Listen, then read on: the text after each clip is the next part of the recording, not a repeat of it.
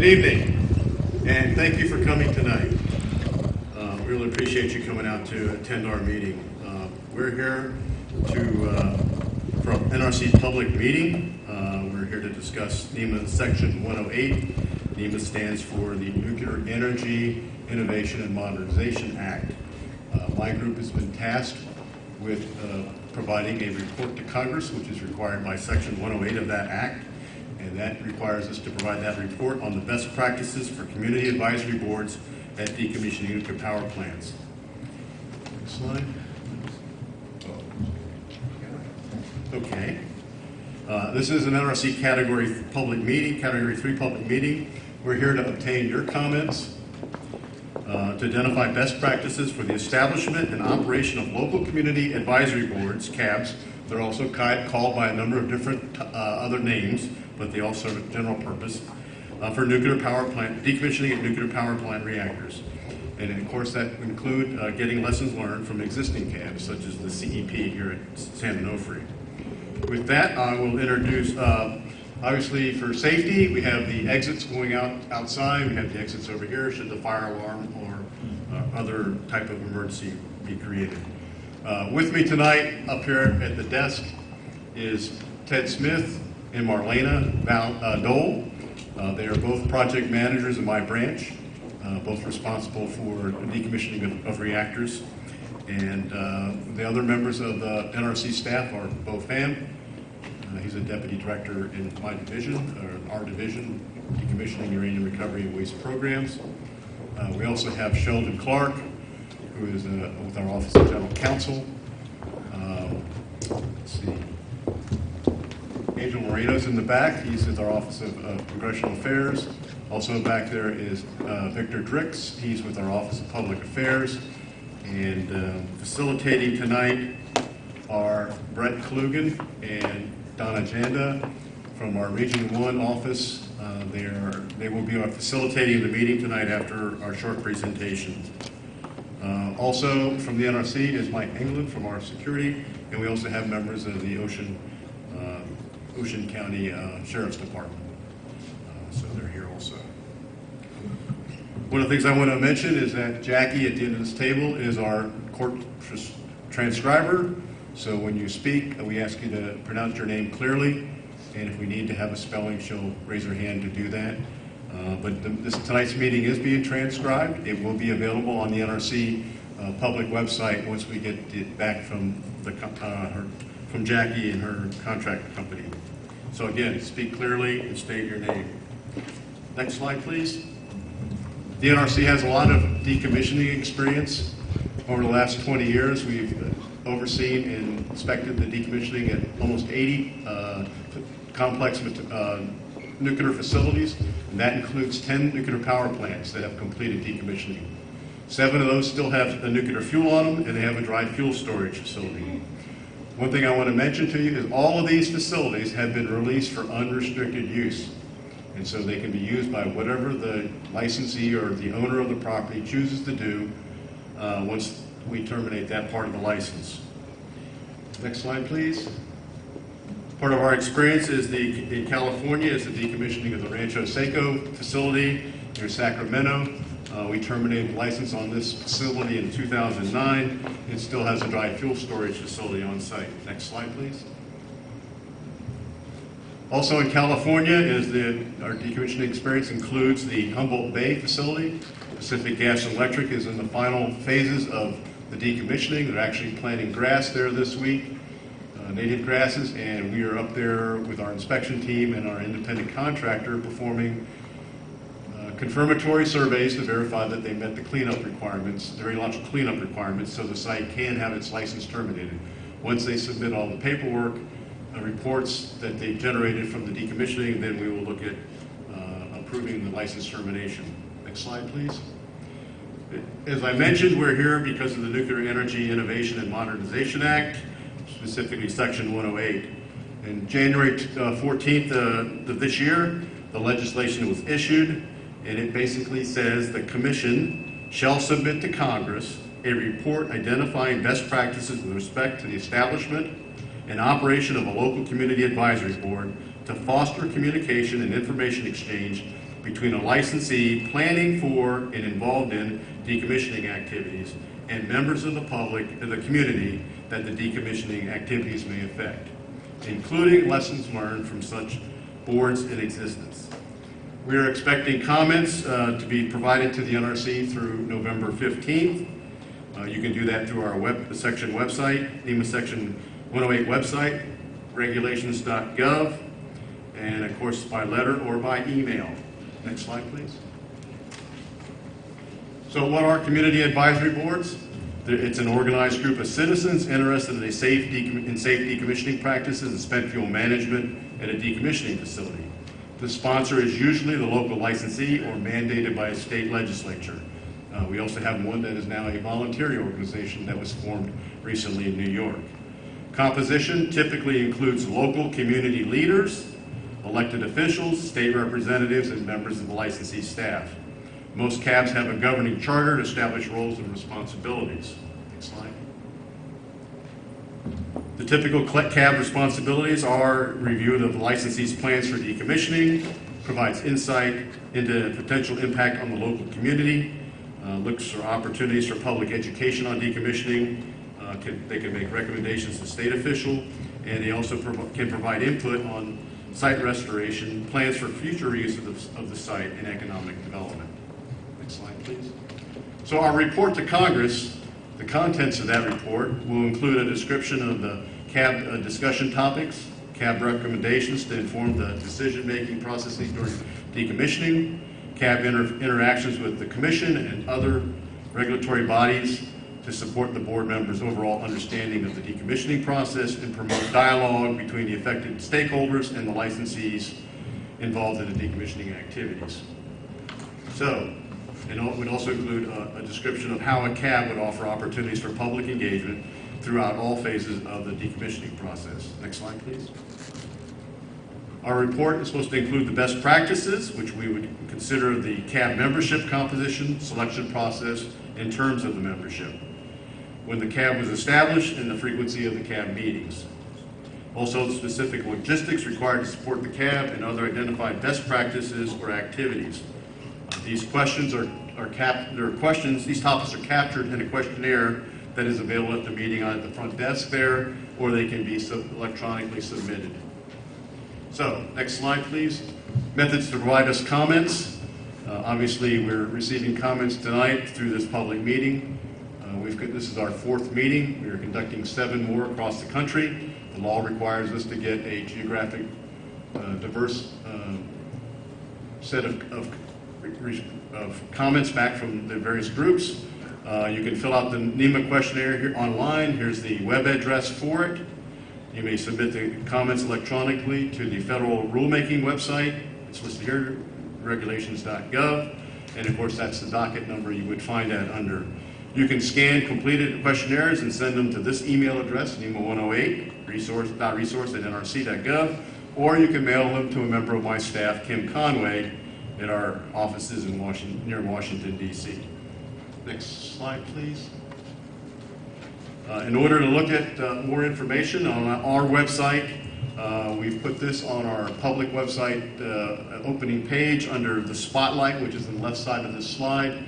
And under that, you can click on Community Advisory Board meetings, and you can provide more. You'll be able to find the information on our website very easily that way. Next slide, please.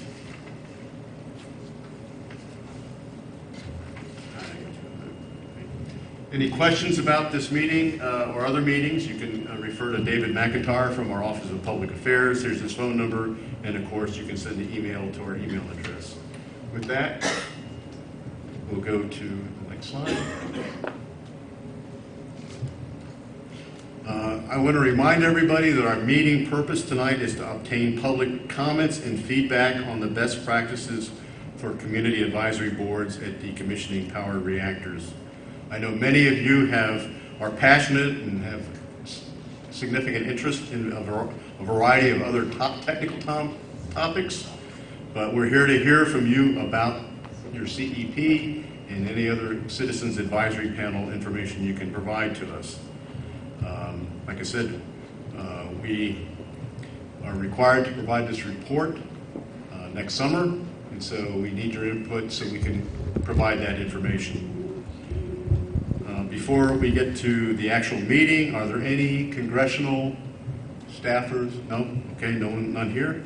Are there any elected officials, state or county or local, that would like to make a statement?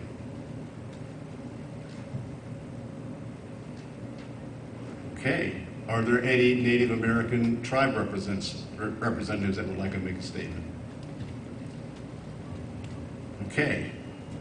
With that, I'll just remind you that Jackie is here transcribing the meeting, and I'll turn it over to Brett Klugen and Donna Chanda, who are our facilitators for tonight. Thank you. Before we begin with, hello everyone, before we begin with the public comment portion, we are going to have the members of the CEP speak, or give them an opportunity to speak now. So I'd like to invite David Victor to the podium to give some prepared remarks. Great. Well, thank you very much. It's a pleasure to be here. I was asked to come and speak not on behalf of the CEP, but to reflect on the CEP's experience and to submit some written testimony. So prior to coming up here, we've sent to the entire CEP and also to your panel. We have sent a copy of my testimony tonight, a written copy of my testimony tonight, which will be posted as well on songscommunity.com, and then we've also filled out your questionnaire. So we've answered all the questions as a joint product of the CEP leadership and Southern California Edison, the licensee. My name is David Victor. I'm chairman of the CEP. I'm not going to read my entire prepared testimony, but instead what I want to do is just draw out a handful of key remarks, really reflecting on the CEP, which I chair, and our experience over the last 5 years or so. I want to just emphasize the CEP is a two-way engagement panel. It is not a decision-making body. So, for example, I'm not representing the decision of the CEP tonight as to what we think works and doesn't work, because we don't make any decisions. We only do engagement. I think that's actually been a strength of the CEP, and I'll talk more about that in a little bit.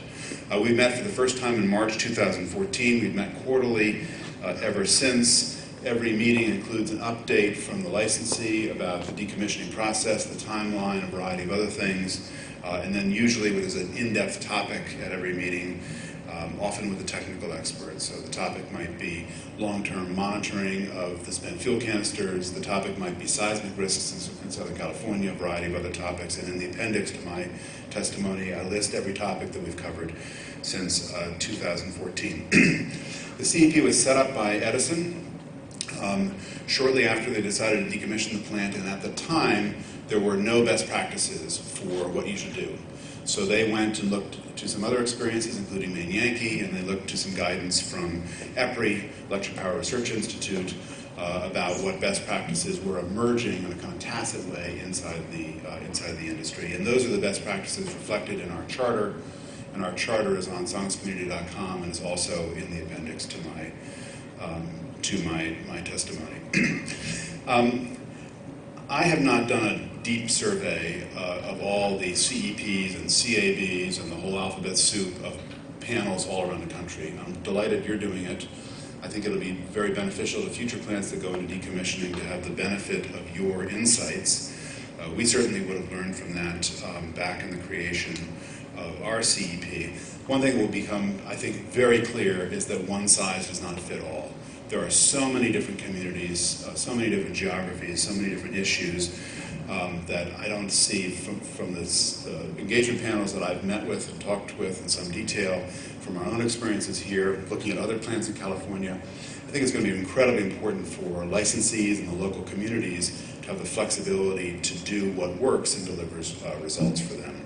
Before I talk about best practices that have emerged from our experiences and some areas where we need to do better, frankly, I wanted to say that I think there are two things that are critical to understanding our experience here in the communities around San Onofre.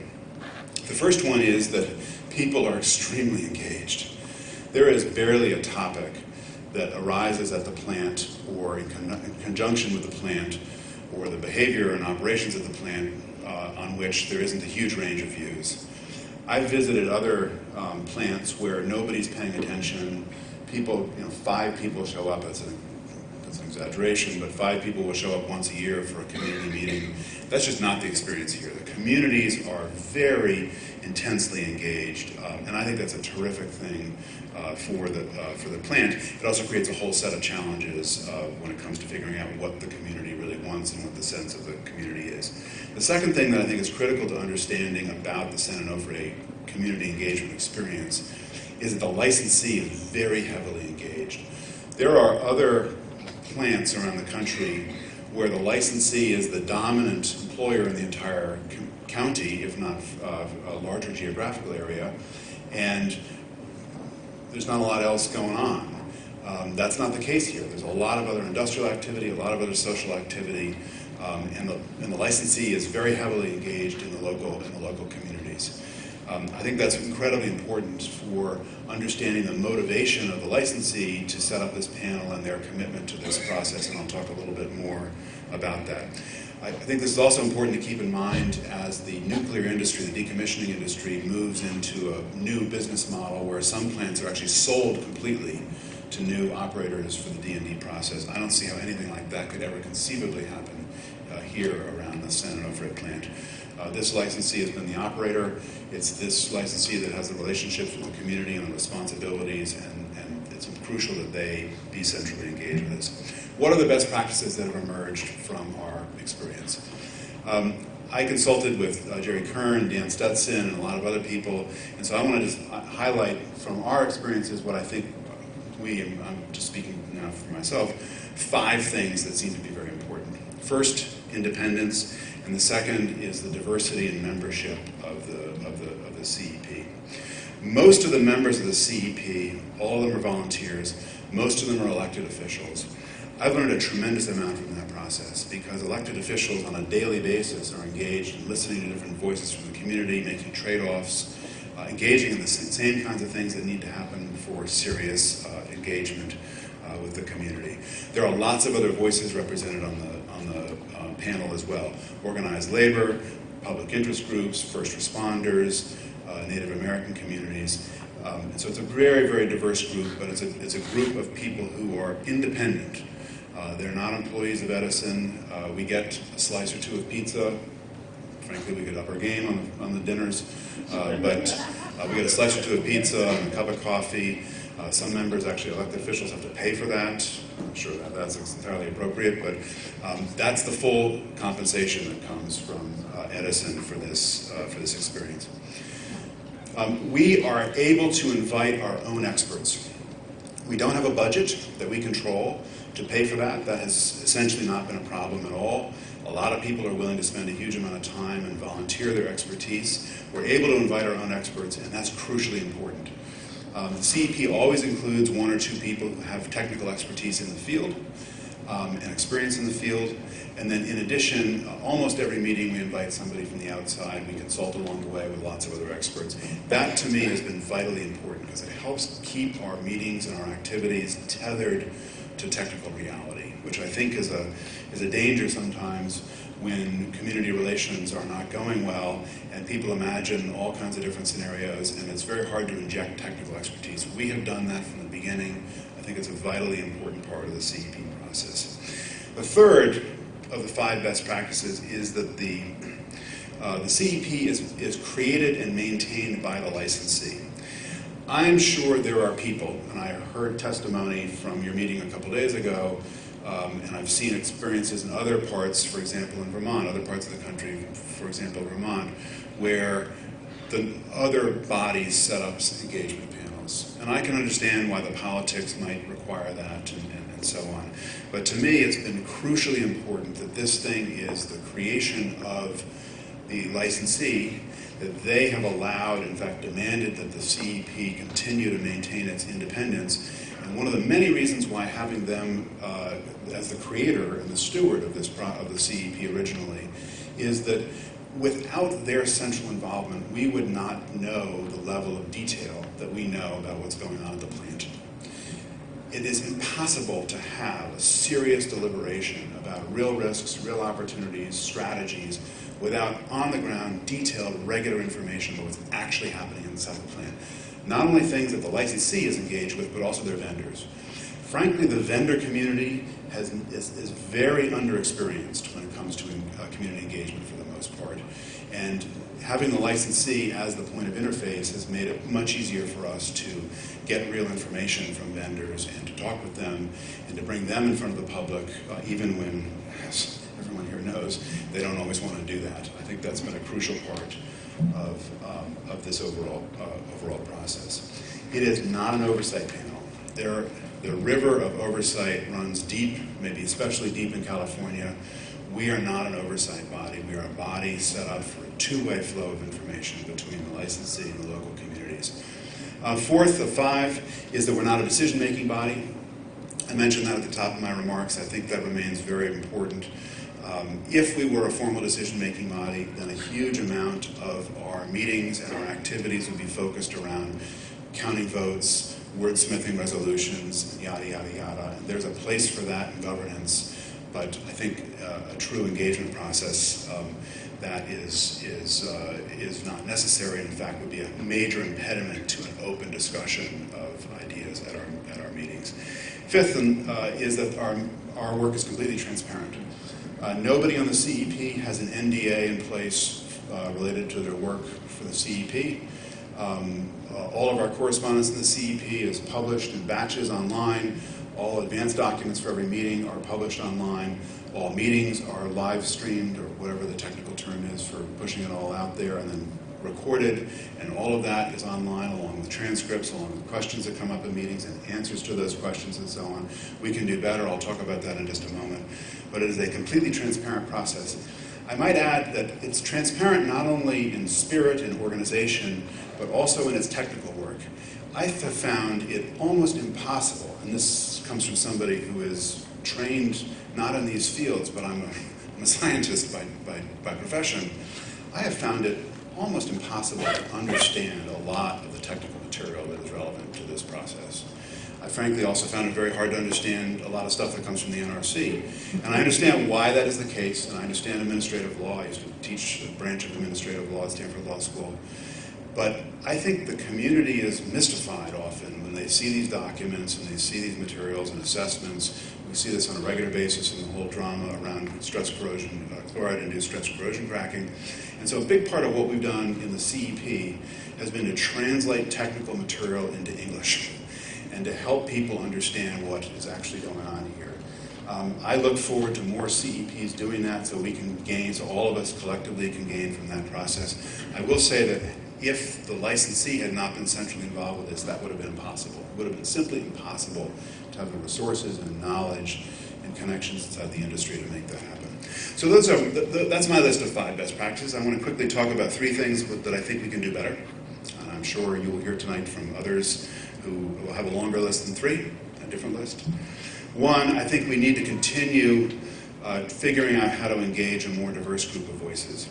There's no way with a panel of 18 members, most of whom are representing different communities, are elected officials in different communities that are geographically proximate to the plant. There's no way to have all different voices in the community represented. But we can do better with that, and I think in particular around the activist community. I think one of the big challenges we have in that, frankly, is that it's often the debates, the most heated debates that we see in our meetings are debates around things that are not fully supported in the technical literature. We've had some, for example, knockdown dragouts in the community and in the press about the real level of seismic risk around the plant. Now, the field of seismic analysis is not perfect by any stretch of the imagination, but there is technical work in this area, a huge amount of technical work. Our panel has spent a tremendous amount of time working with people who have dissenting views to show them all the evidence, to introduce them to the scientists. And it's very hard to run a process when at the end of the day, some people simply just do not believe the underlying science. And so that's a challenge.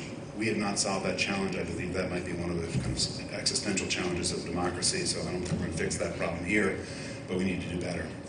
The second thing we can do better on is communicating with the public. Simple things like our website was atrocious. It's much better now. We need to continue to do a better job of communicating information to the public, especially in these areas where these, frankly, falsehoods about the technical analysis spread out inside the communities, are propagated by the press and other mechanisms. And there's technical information there, and we should be doing a better job of helping point people to it in plain English. And that's a strategy that has to happen on multiple fronts. We need to do better there. And the third thing I'll say that we need to do better on is bandwidth. We're 18 volunteers. People have day jobs. And we are therefore dependent upon the licensee to provide staff support, all the other things that are critical to making meetings. A huge amount of work goes into this activity. And I'm astonished. Every day I am so pleased by watching our democracy in action, by watching the amount of time that volunteers are willing to spend for these activities. It's incredible. But people still have limited bandwidth.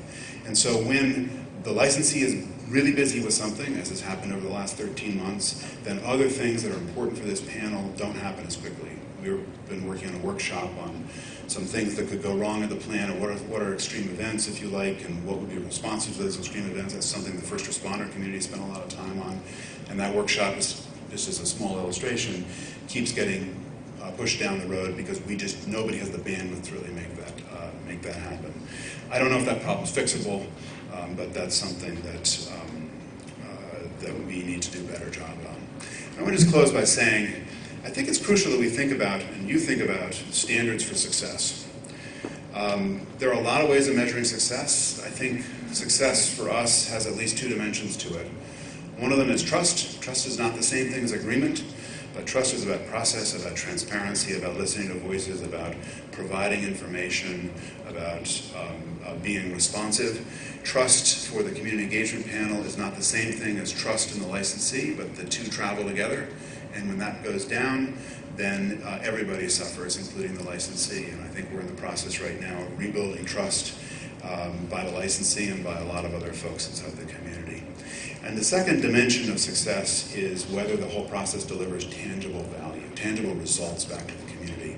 There are a lot of places, whether it's the peening system and the schemes for long-term aging management at the ISFAC, whether it is the relationship with first responders, a variety of other areas. There's a very interesting monitoring program, the real-time monitoring program that is taking shape right now, that are not fully, by any stretch of the imagination, but are partly the result of the work with the CEP. So these are tangible results. And I think this is why one size fits all won't work for every community, because every community is going to have their own ideas about where and how they get value. And I think we have to remember that delivering value back to the community is a constant process.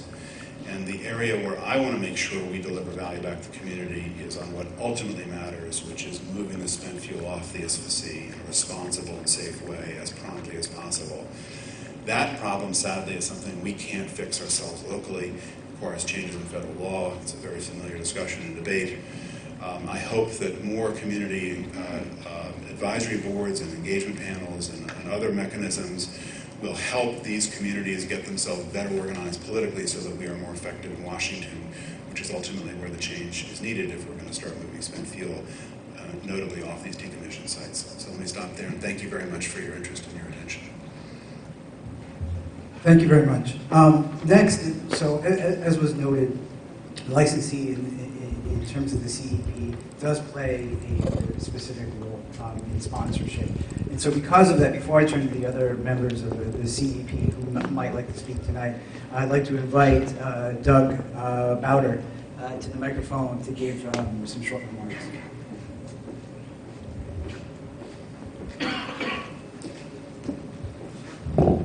Thank you for the opportunity to make a few comments. I'd like to thank the NRC for holding this forum. I'm Doug Bowder, the Vice President of Decommissioning at San Onofre and the Chief Nuclear Officer. Throughout our decommissioning effort at SONGS, we've emphasized three key principles that are safety, environmental stewardship, and finally engagement. First, safety. We've taken great efforts to ensure that the decisions we make around decommissioning the plant are first and foremost safe. Around environmental stewardship, it's our desire to promptly dismantle and decontaminate the plant. We hope to start that process soon. We intend to be good stewards of the environment and turn the site over to the owner, the United States Navy, in a condition as good as or better than they gave it to us years ago. And that includes radiological decontamination to below NRC limits. Finally, engagement. This is obviously the area of focus here tonight. How do you best engage with the community? We've had the community engagement panel established at SONG since 2014. I recently joined the team, and I will tell you this is an area where we are continually striving to improve. We do engagement by direct public outreach. We do focus group meetings with the public. We have our website that David Victor spoke about. We do site tours, and I'll say that's an area that we do very well at. And anybody in the room who hasn't toured the San Onofre site, you're welcome to do that. You can sign up through the website. We run public tours just about every Saturday throughout the year. And then there's the community engagement panel. What I've learned through the panel engagement myself is first and foremost to be open. I think accepting the feedback, using the panel as a two-way mechanism, being accountable to the board of the CEP to me is very important, because what David Victor and the officers want and what the board wants, what the panel wants, I desire to have my team produce to the community. We desire the feedback. As David mentioned, we have made some changes in our approach. We've done the laser peening of our canister system. We've agreed to establish a real-time rad monitoring system at the site, which we're working through the project plan for now. And there have been other adjustments we've made based on public feedback. So we intend to continue that. And that's really where I'll stop tonight, but I'll thank you very much for the opportunity to just say a few words about our decommissioning process, including the CEP at San Onofre. Thank you. Thank you very much. All right, now I'd like to turn to other members of the CEP. I know at least two of you signed up to speak tonight. So before we get into the public comment portion, I'd like to invite you up as volunteers intimately aware of the operations of the CEP, because you're on it, to give your remarks now. So pick the order amongst yourselves. No particular order. So if there are any members of the CEP who would like to come up and give prepared remarks at this time, or just comments, please feel free to do so.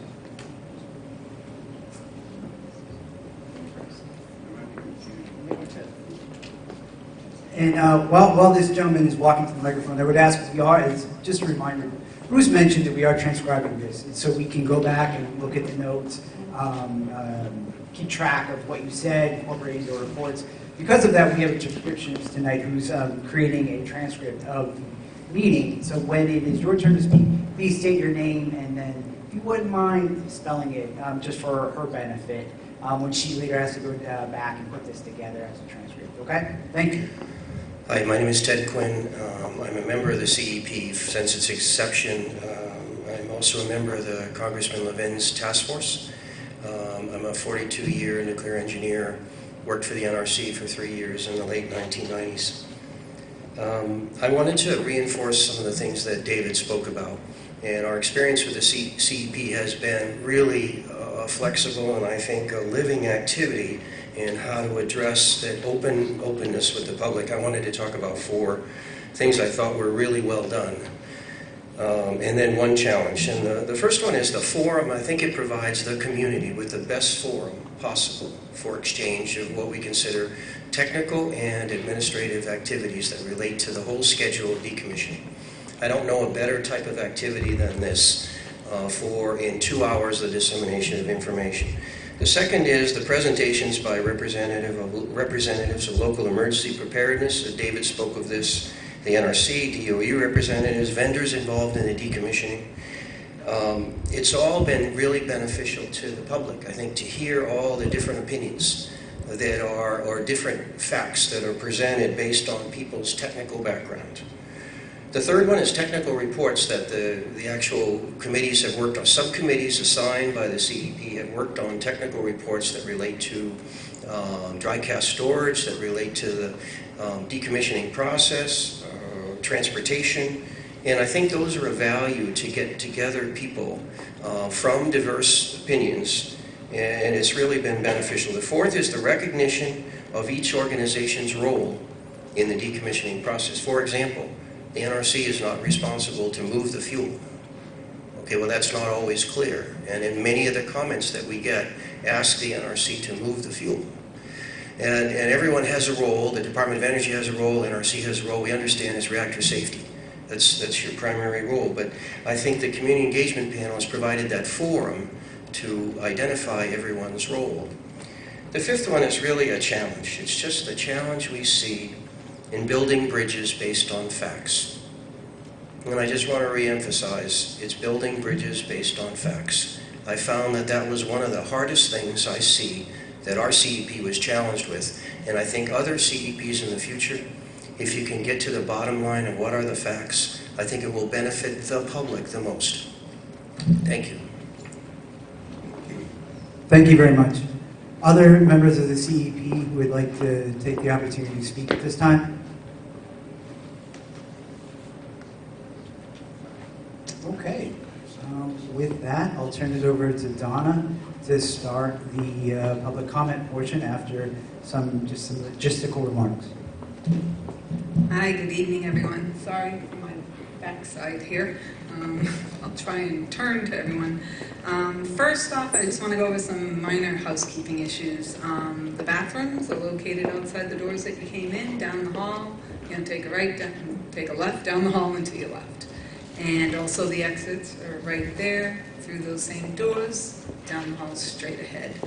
And while the cameras are permitted, please try not to obstruct anybody's view if you are filming.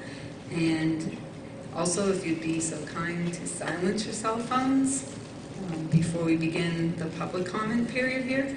And if we're asked to evacuate the building, please follow any instructions from the staff here that will get us out safely.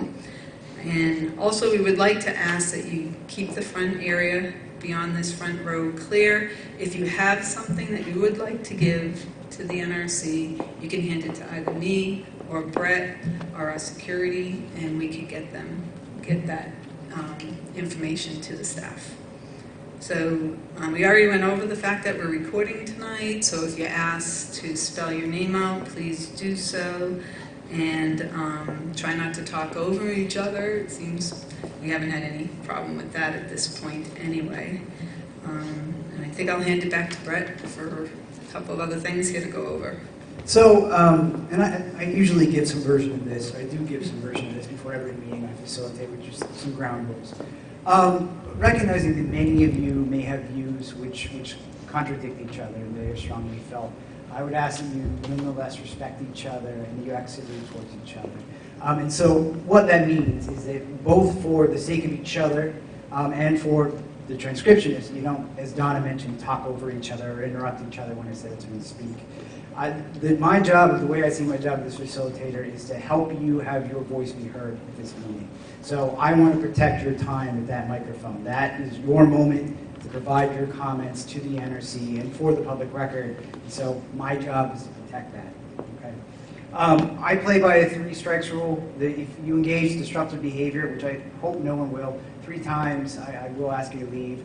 I do want to make this next point very clear, though. Under no circumstances will threatening gestures or behavior be tolerated and will be cause for immediate objection from the room by one of the law enforcement officers you see positioned around the room. I have a zero tolerance policy for threatening behavior or gestures. If you feel that you've been threatened in any way by someone in the audience, please come see me or a member of the law enforcement staff positioned around the room or our NRC security staff, and we'll take care of the situation. Okay? Thank you for that. I'll turn it back to Donna to continue. Okay, when you came in here, there was a registration table, so we had people sign up if they felt like they wanted to speak tonight. There's still an opportunity to sign up. I believe we have the thing still out there.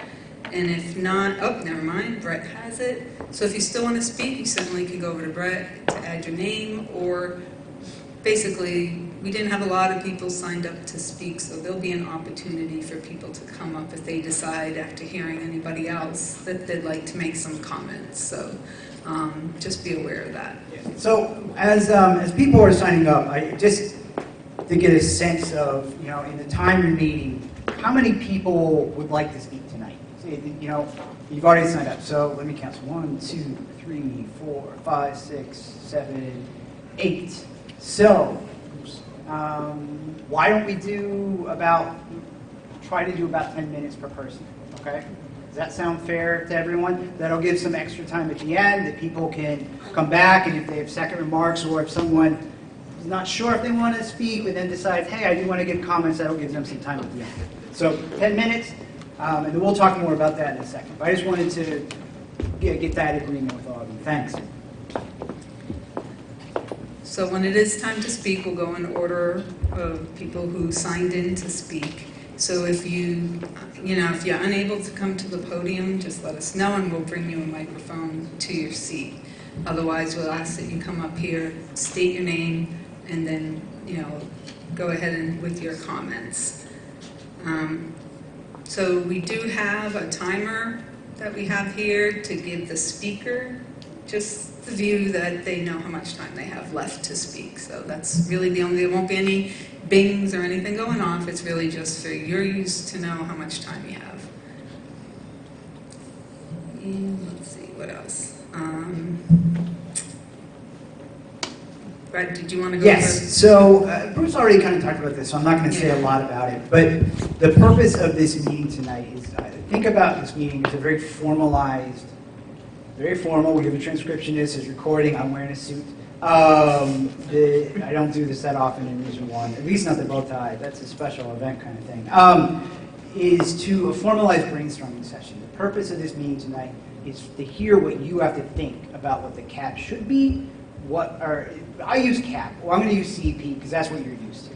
What the CEP should be doing, what works well, what doesn't work well, what you think should be changed. The purpose of this is Congress told the NRC to go out and collect public comments to create a report about what, recommendations for CABs, okay? And so the purpose tonight is to hear from you.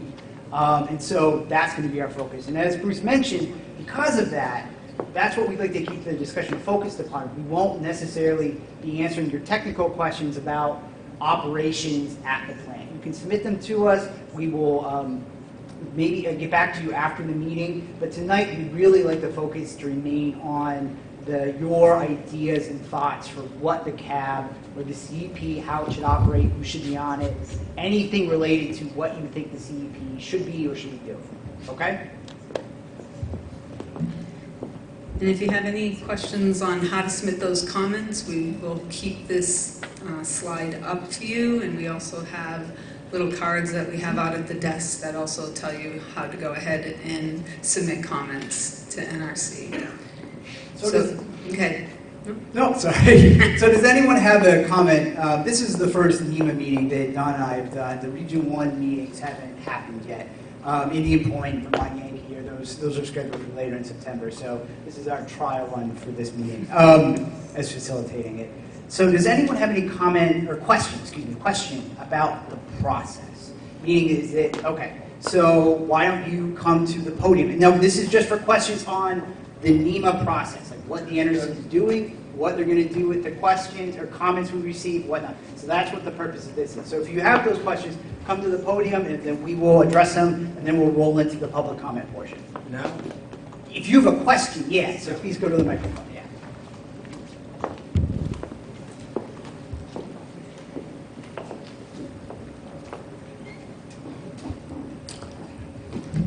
My name is Harold Breen. I am a citizen of the United States, of course, and I'm a resident of Capistrano Beach, which is a part of Dana Point. I have lived in this community for going on 6 years. I have been to a number of CEP meetings, and I've also attended some of the NRC meetings as well. I have not a long-term experience. I would say probably about 18 months. I guess I've been to about 4 or 5 CEP meetings, and so I have one quick technical question, and that is, there were some slides, there were probably about 7 or 8 slides. Is it possible to go back to the original slide where the depiction of the San Onofre site was the first one? It was here when we got into the room. And these slides will be made publicly available, just so people know. That's the one. When my name comes up later on, if possible, I'd like to go back to this slide in order to talk about some of what I need to talk about. The other question is, could this community, aside from what Edison has done, Edison promoted and apparently decided early on that it was a good idea to have a community engagement panel. A number of us have attended quite a number of meetings, and on the positive side, we feel strongly that we, as members of the public, not experts in nuclear power or nuclear waste, need some good technical input from experts. And in my opinion, we have got some really fine work done in that respect. On the downside, having the CEP being fairly much dominated by Edison, it can be a little bit imposing and intimidating to us, thinking ahead as to what we're going to do next. And that's part of your job, because you're trying to find out what is the best community involvement mechanisms. And my question is, could this community, aside from Edison, establish a community panel and meet and organize and bring to fruition a totally separate panel from what's now called the community engagement panel? That's my question.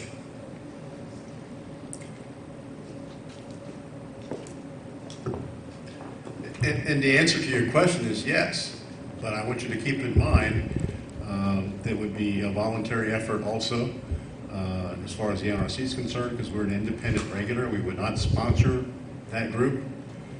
Like I said, there's basically 3 types of CEPs or cabs in the country right now. There's ones that are mandated by a state, such as in Massachusetts for Pilgrim right now, and Vermont for Vermont Yankee. And then there's the ones that are licensee sponsored.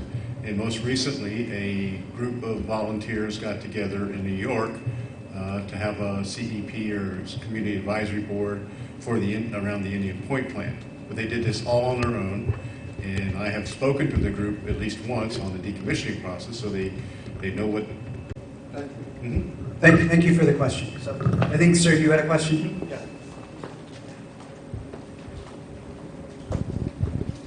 Hi, my name is Jeff Steinmetz. I'm a San Clemente resident. The last name is spelled Steinmetz.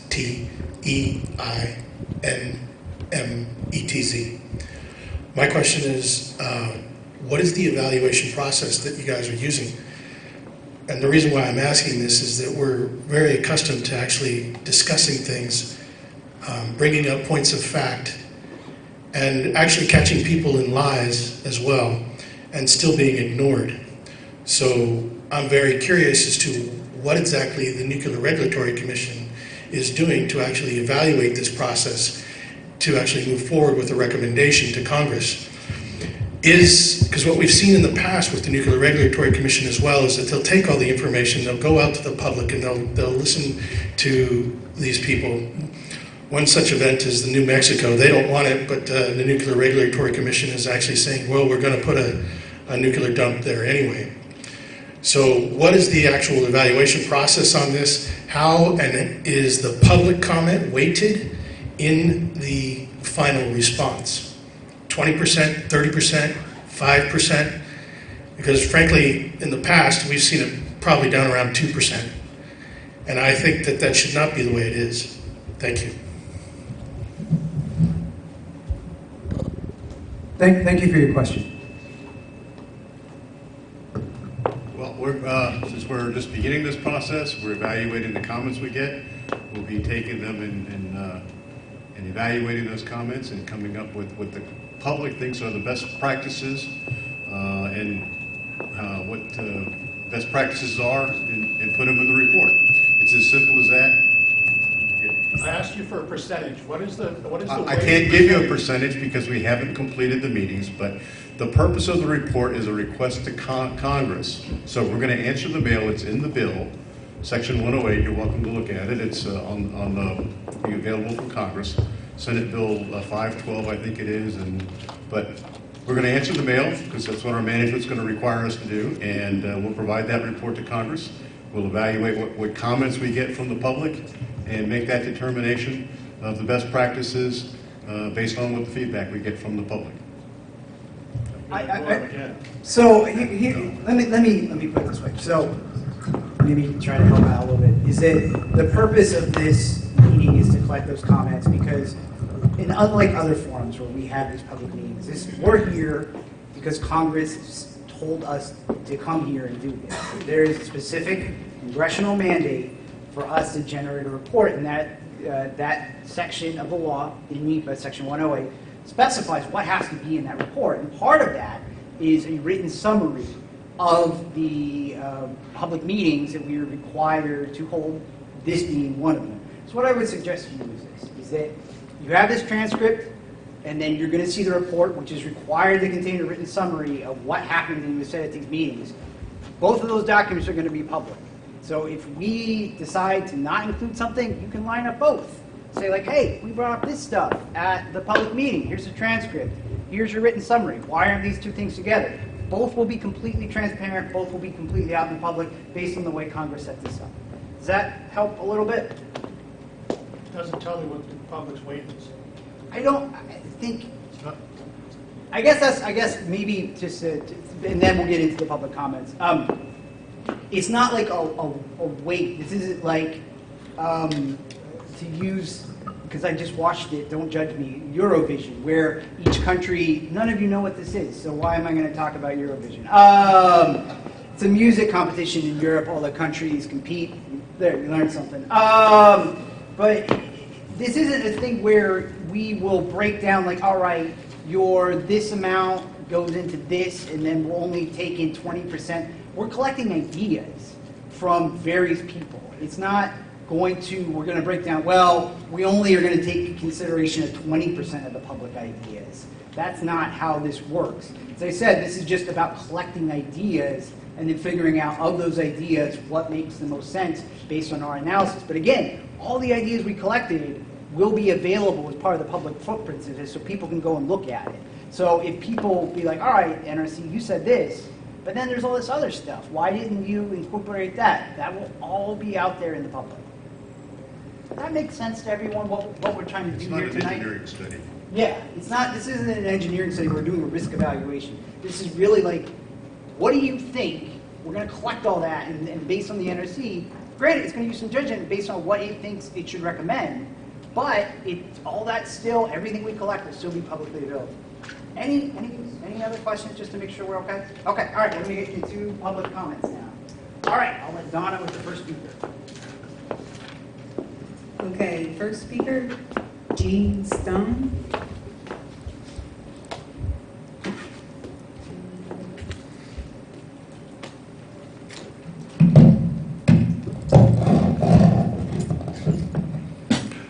Evening. My name is Gene Stone from Residents Organized for a Safe Environment and an ex-CEP member. I was on the panel for the first year, and so there are some good things and bad things about the panel, and I'll refer to that later. But if the NRC is seeking information on how these panels or advisories committees should be formed, it's my opinion that community engagement panels should be set up by the surrounding communities and local activists working on these nuclear issues. And then the state should come in and give these advisory committees, community engagement panels, the power to make suggestions and demand actions on certain items, which obviously the San Onofre CEP doesn't have. I'm totally opposed to any political appointees being part of any new community engagement panel that would be formed any place in the country. I do, however, believe that every licensee for each nuclear power plant would be a necessity for them to be involved in any such panel because of the expertise that they can provide on issues. Now, as far as our local CEP has gone, it was well established that the Edison Community Engagement Panel was here to provide their point of view, their information to the public, and the members of that of this panel were supposed to share that with their communities. And I think that's been happening for the most part. And the other part of this community engagement panel, as David mentioned, is feedback from the public. So we have, as a public, have influenced many parts of the meetings over the years, and we brought our own experts in, which Edison has actually helped us do, and that's been a good thing. But the bad thing is that we cannot demand action on certain items. A community, any community that has a nuclear power plant that's turning into a nuclear waste dump that they didn't ask for, has the right to have input, real, strong, effective input that is not just heard, but is listened to. And I believe that can only happen when the members of the community and the members of California Edison can sit down and have a dialogue that's not personal, but about the issues and what can be done to best suit the people of the communities that are going to have to live near this situation, and to talk out all the issues. Not that we'll come to an agreement on all the issues, but at least we will be working together on these issues. Thank you very much. Thank you very much for your comments. Next speaker, George Allen.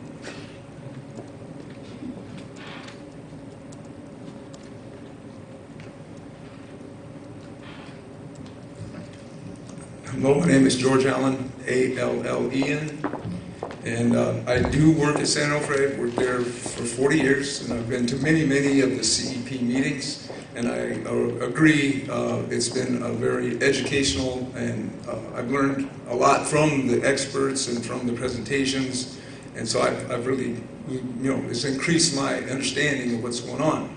So, one comment you made, excuse me, on the ground rules that you made when you came into this presentation, that's one of the things I think is one of our downfalls, because last meeting, one of the members would have probably been asked to leave because he was mouthing obscenities to people, and they are not polite, and I think there should be civil, kind of like Robert's Rules of Order. If you cannot be civil, your permission or your privilege to speak should be withdrawn. And so that's just a request from me.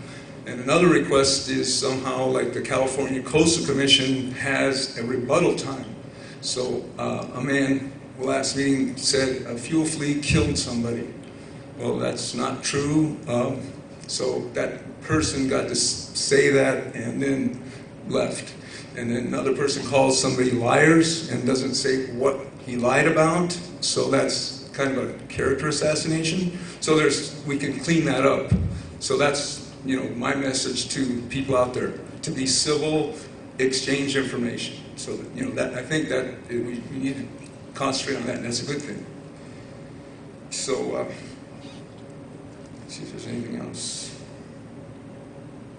Yeah, and then some of the, like, they took some questions and like, you know, recording secretary, okay, this question, we'll get to you on the next meeting, so kind of a summary of the couple of questions they did. They always do a good summary, but, so anyway, it's a very good give and take, and at the end of the meetings, they do give a chance to rebut, so it's been very helpful in that matter. Okay. And then the other thing, just for, as a radiation protection technologist, and people who don't understand radiation, the NRC has effectively maintained dose rates to the public of less than 100 millirem to an operating plant. You know, nobody in the public gets that much, and at a plant like a deceased plant, it's only 25 millirem. So that is insignificant amount of cancer risk to the individual. So there's really not a danger for cancer, death, anything like that from these spent fuels installations. So I would hope people could get that in a more realistic perspective. So anyway, thank you very much. Thank you for your comments. Next speaker, Harold Breen.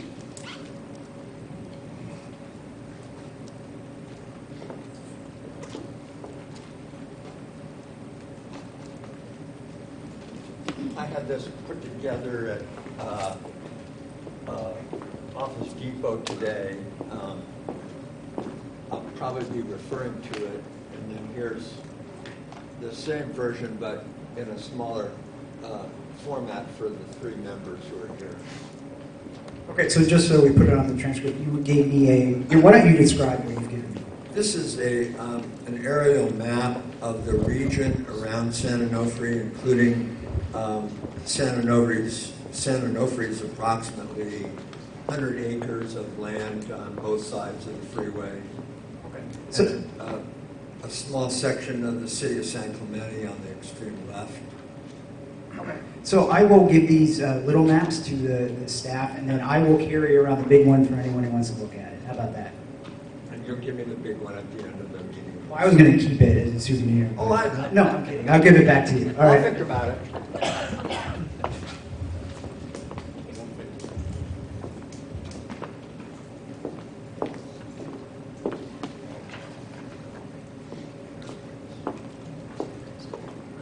I don't know how familiar the members of the NRC who are here can see the photograph on the big screen. It's probably a little difficult for the three of you to see it, but it turns out that where Edison is presently putting canisters in the ground. There's going to be 170 of them eventually. Their time frame is to try and put all of these 170 in the ground at the location they've selected during the next approximately 12, 14 months, is my understanding, from what Edison's representatives have told us at prior meetings. Those are within about 100 feet of the ocean, and they're also about 5 or 10 feet above the high water line of the ocean near that seawall that's in front of the former containment sections, the huge domes that eventually will be dismantled. The site where most of the action happened at San Onofre when it was an active nuclear generating station are about 30 or 40 feet above the water.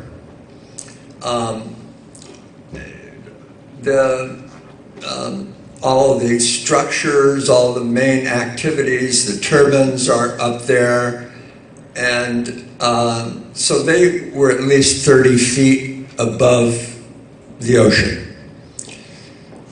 When you look at the photo, you also see behind the two big containment structures are a lot of other buildings and parking areas between the 5 freeway and the property on the, called the nuclear site.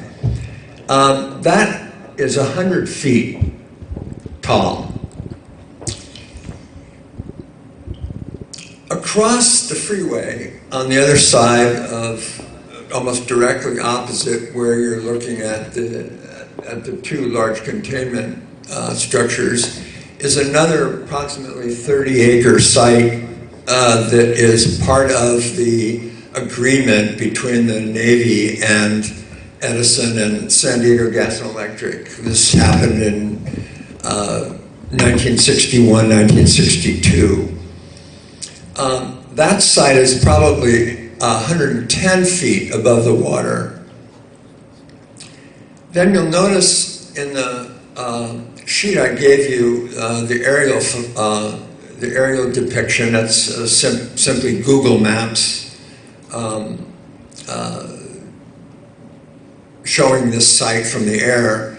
It also shows the mountains immediately adjacent to this nuclear site. The mountain actually starts up just as you get across the freeway. It actually starts up at the ocean and continues on up until you get up about 500 or 600 feet.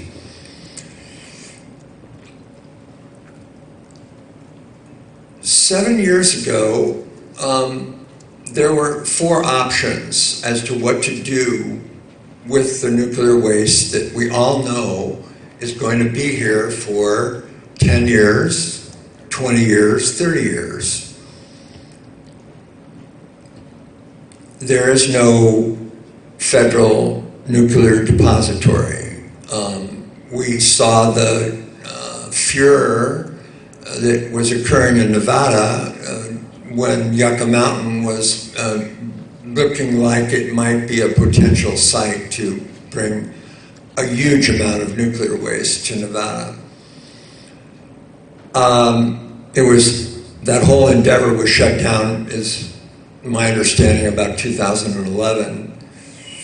And since then, we have no viable alternative in federal general site, although we probably need 20 sites across this nation, not just one. But there were 4 options that were available to Edison after maybe a year or 2 before decommissioning, when Edison was the only one who really knew if their plant was going to be viable any longer. And those sites are these. Number 1 was put the waste about 10 feet above the ground, right on the water, about 100 feet from high tide. The second option was to put it on high ground, where all the parking lots are and where all the storage yards are, where Holtex canisters are sitting right now, waiting to go into the ground. Put it 100 feet above the water.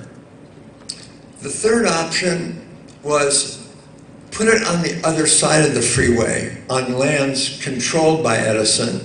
Edison also controls a huge amount of land underneath all their high tension wires, extending all the way across huge portions of Camp Pendleton.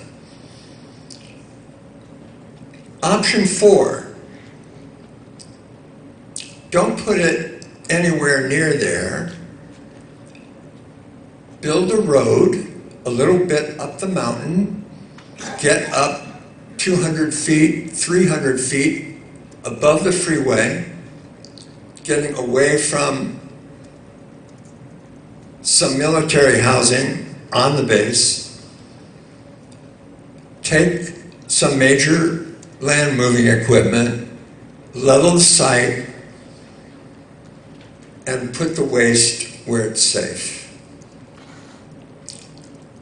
We're trying to send a message as part of this meeting and part of other meetings to the Nuclear Regulatory Commission and to Edison as well.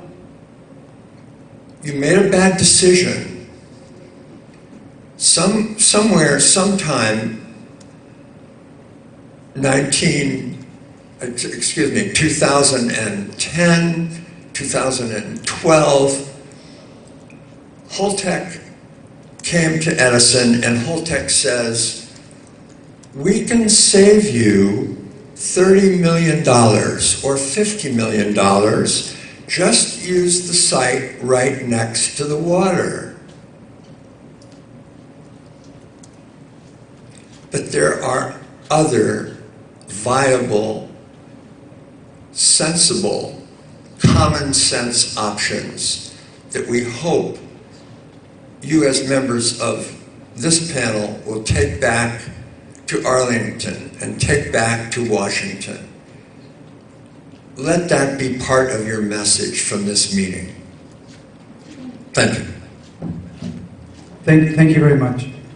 I'll give you back your poster. Oh, thanks. So thank you for those comments. I appreciate it. It'll be captured as part of the transcript. I would just, reemphasize that, especially that now is also your opportunity to give any remarks you have about cabs and CCPs and how they operate and whatnot. So recognizing that, I don't want to dictate to you what you say up there, but if you do have things that you want to say about the CCP or the cab, tonight's the night. So with that, I'll turn it back to Donna. Thank you again. Next speaker, Angela Howe.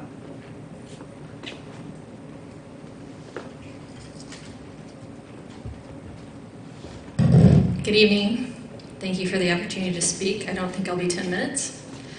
My name is Angela Howe, H-O-W-E. I'm the legal director with Surfrider Foundation National Headquarters, based in San Clemente. I've been working on the Song spent nuclear fuel issue for several years, and it's a concern for Surfrider Foundation throughout the country where there's coastal power plants and spent nuclear fuel on the coast. The Surfrider Foundation is strongly opposed to the permanent long-term storage of radioactive waste at the deactivated San Onofre nuclear generating station due to its proximity to the coastline, susceptibility to geologic instability, and location within a densely populated area. We also advocate that the waste is moved as soon as possible to a consent-based, geologically stable, permanent location away from the coast. Our staff and chapters have been active at the local, state, and federal levels to encourage movement for an eventual off-site storage away from the coast, and we continue to engage federal elected officials both in the district and in Washington, D.C.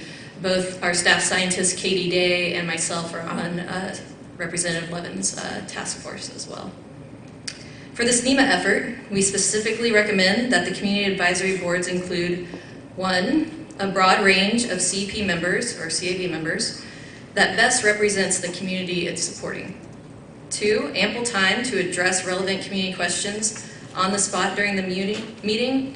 And 3, follow-up efforts. If those questions can't be answered right then and there, following up afterwards. Now, Surfrider Foundation, as a grassroots organization, we do a lot of community outreach as well, so we have some best practices.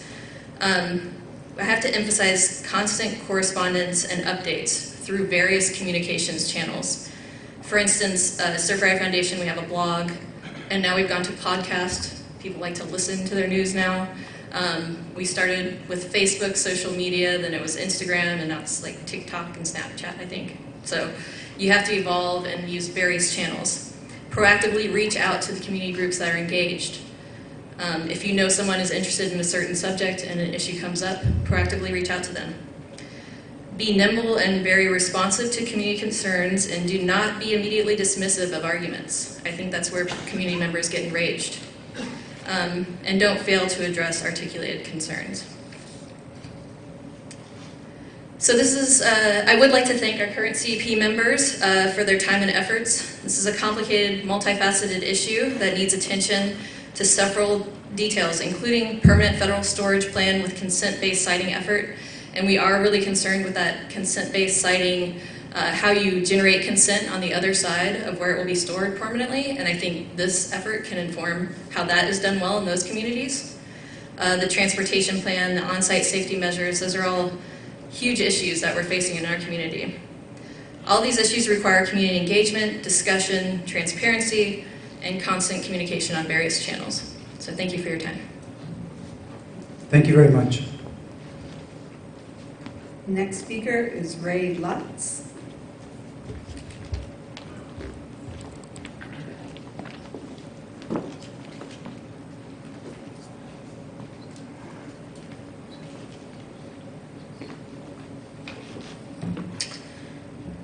Hello, my name is Ray Lutz.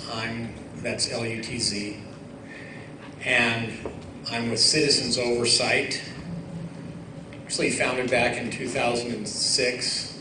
And we've done a lot of work with providing citizen oversight of government entities, boards, city councils, hospital districts, water boards, all kinds of things, involved in activist events. My background is in engineering, electronics engineering, master's degree in that.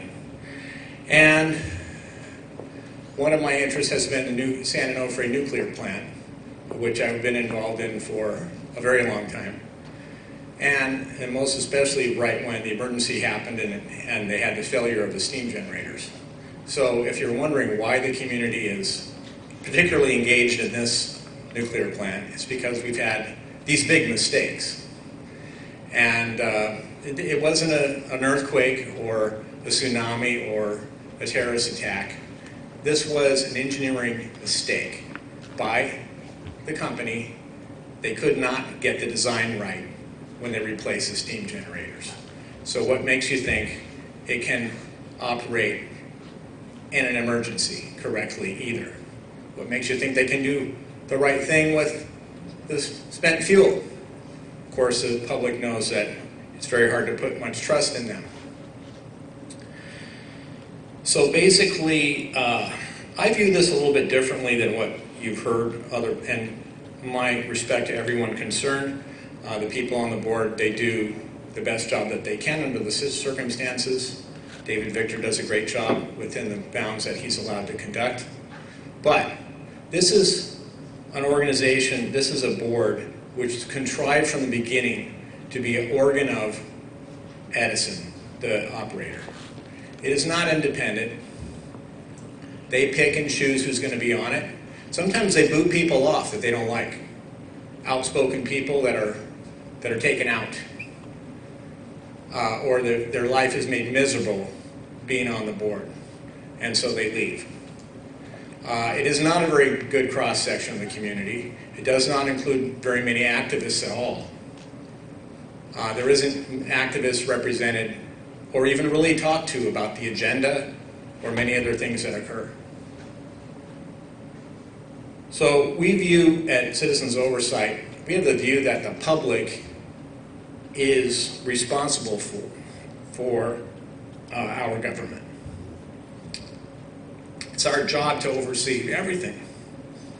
This whole big government, very hard to do. There's a lot of different facets. Yet we're supposed to oversee it all. So these boards should assist us in this oversight role. David Victor says it's not an oversight body. Of course it is. Everything to do with the public, where the public's involved, we're overseeing you. We're overseeing you tonight. We're giving you oversight about what you should do. This is information from the public. The government is below us. We're on top. We're telling you what to do. It's a different concept. Most people think the government is up above and they tell us what to do, and we're the poor little public down below. This is, you've got to look at it the right way. We're on top and we're the ones in charge. So we've got to take our role seriously. Now, the problem here is that we've got a number of regulatory agencies. The CPUC only handles the money, the rate making. How much can they charge for the power that they deliver? And the NRC only handles safety. There's a lot of decisions that the NRC does not dictate to these for-profit organizations. For example, do you have to build a nuclear plant at all? No. That's a decision that the for-profit organizations made a long time ago. They didn't have to do it. Where should we put the spent fuel facility? No one tells them. They get to decide that on their own.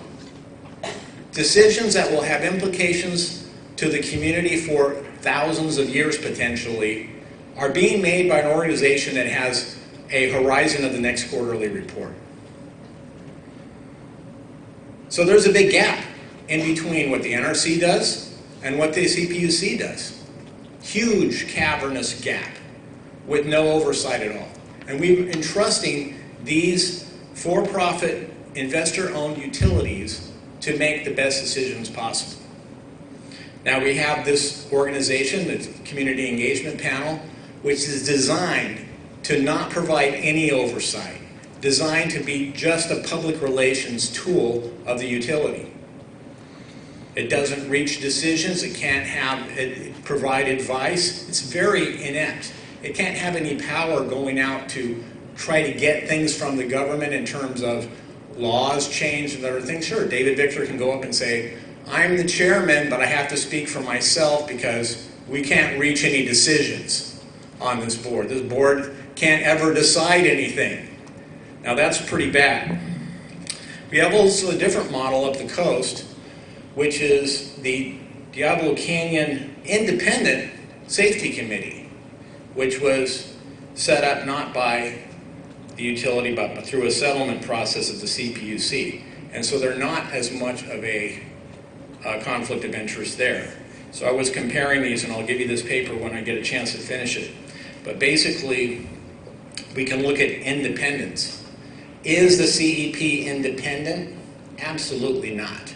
Everything that it does is pretty much dictated by the utility. Now, I will say this. It's been better than we thought. A lot of the activists said, look, we're going to boycott it. We're not going to be involved because this is just a piece of crap. It's just going to be a tool of the utility. We said, well, we're going to have to go. You know, they're going to do stuff and they're going to say things and act like things are happening, and we've got to be there to watch it. So we are. And I think the public's did a really a good job of watching this group. And they've done better than I thought they might do.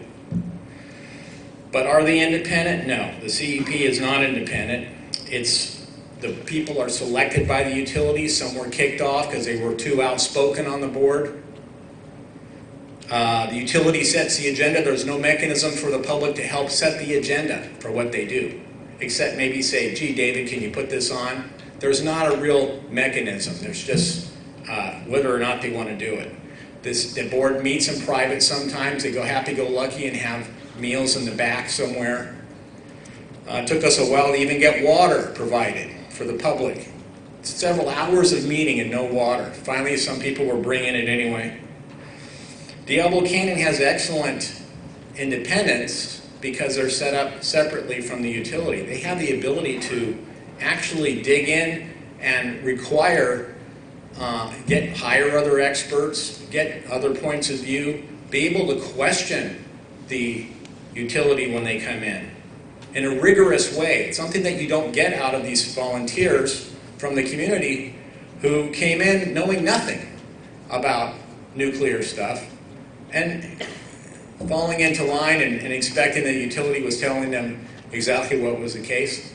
You know, they've learned a lot. They've come around and they're starting to respect those activists out there a little bit more and what their opinions were. They're starting to realize, gee, you know, all this time what they've been saying is true, even though I reluctantly have to admit it, might say. Now, credibility. Does the CEP have credibility? And if they were no, they don't make a decision, so how can they be credible? They're just members of the community with no real background, even though they learned a lot. The Diablo Canyon Independent Safety Committee is composed of just 3, which is too small of a number, but they are experts in the field, so they have more credibility. Decision-making process, there is none. None. Okay, David Victor says, it'd be too much trouble to have decision-making. Poppycock. We need to have decision-making. And I can point this out by the fact that other groups have now started to form outside of it. The expert groups have started forming. Mike Levin has his own expert group. Why? Because the CEP doesn't do anything. It doesn't chart a course to try to do anything except just to provide information from the utility. in contrast, the Diablo Canyon Independent Safety Committee does have a decision-making process with votes. Investigative power. There is really no investigative power to the CEP. It can't investigate, it can't subpoena documents, look into what happened. We had this failure of the can almost dropping 18 feet. The NRC has suppressed the documentation. They won't reveal what happened. An attorney says, let's open it up and find out. Now, why is the CEP not asking these questions? Because they don't have the guts to do it? Because they don't care? I don't think any of those, maybe it's just because they don't think it's, I don't know. Why aren't they asking the NRC, what did you do? Why did you cover this up? Why did you go along with the lies of Edison and not report this? Nothing happening. It's a get along kind of a thing, a patty cake, like attorneys playing patty cake. We want to act like we're doing something without actually doing anything, because then we'll irritate people. We don't want to irritate anybody, do we? I disagree. I think we should irritate people when it's of risk that this is. Is it useful for the public? I think that it has been pretty useful for the public, but it's difficult for the public to work with it. Constantly, the public, we have a long meeting, we have a lot of things bottled up, they let us say 3 minutes of comments, cut off immediately by David Victor, I'll say in a very rude manner, and he knows I believe this. He could let people close their comments. No, he cuts them off in the middle of a sentence. And there could be mechanisms for the public to contribute papers, get them discussed, have some sort of a give and take. Nothing like that occurs, and if I've tried it, but it won't happen. So that's something that could be improved there. It does have good live stream and a reasonably good website. You can't download the videos though. They've made it so they're undownloadable because they don't want the public editing them and making clips out of it or something. I've asked them to make them downloadable, they refuse. Reporting. The Diablo Canyon Safety Committee makes annual reports. I've never seen a report from the CEP, zero. Been there 6 years, no reports.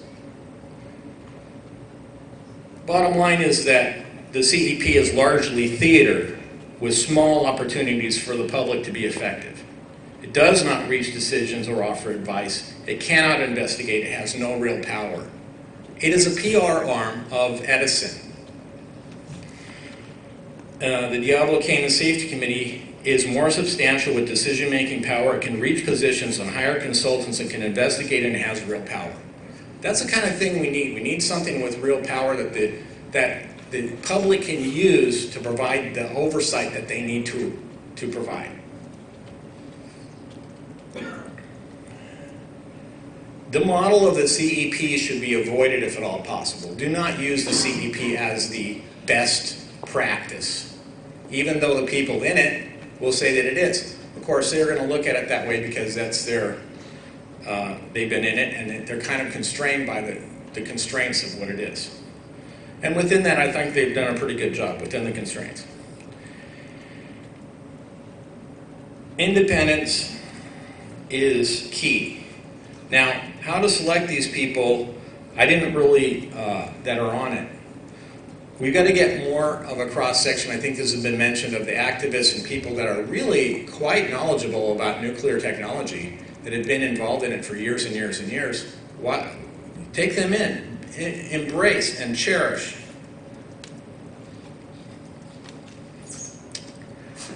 So, I believe that the CABs should be empowered to consider safety issues when the NRC does not have a differentiating opinion. Let me give you an example. Fuel pools versus ISFAC. The NRC says both perfectly safe. You can put an ISFAC anywhere you want on the earth. It's fine, safe anywhere.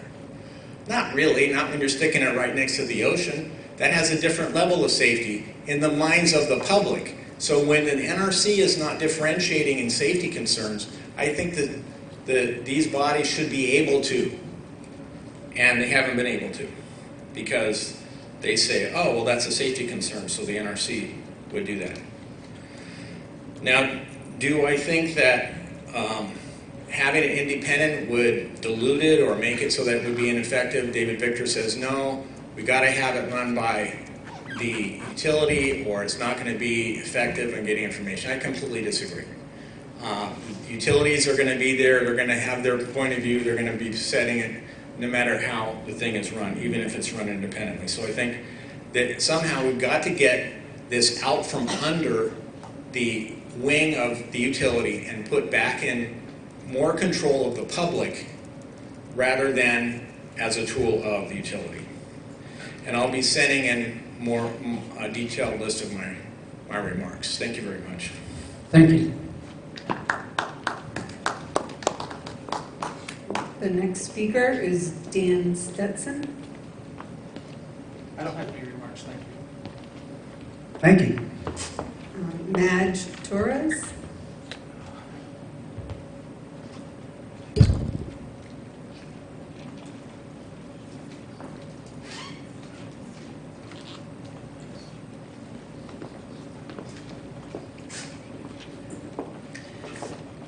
Hi, my name is Madge Torres, Madgetorres.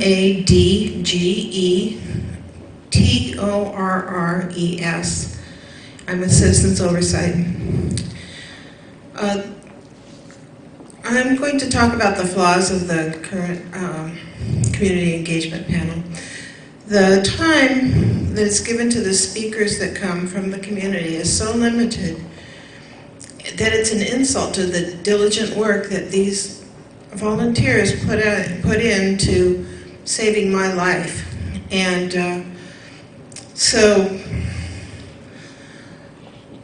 if you can imagine, some of us come from 50, 75 miles away, and some come all the way from Los Angeles on the train to be able to speak, and they're only given 3 minutes. And that's not realistic. This is a group of people that are educated, hardworking, involved, and they deserve more than 3 minutes. They get up sometimes in the morning at 6 o'clock and work all day without even a break for meals, just to be able to make a presentation, and they're only given 3 minutes.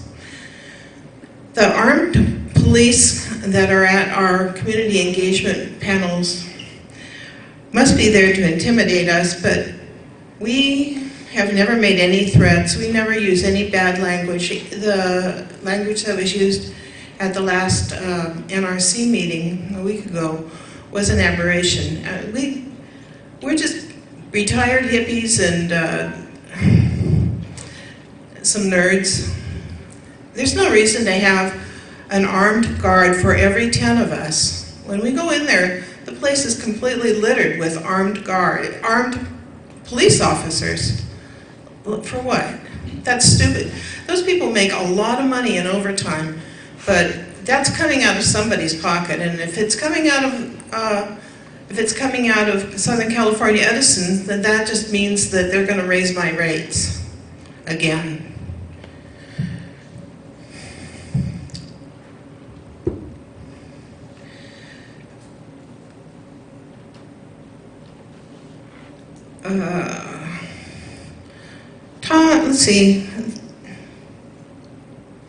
Tom Palmisano's function seems to be to run out the clock so that the activists can be even more limited in their ability to interact with the people that they're trying to interact with, their fellow activists and the members of the community engagement panel.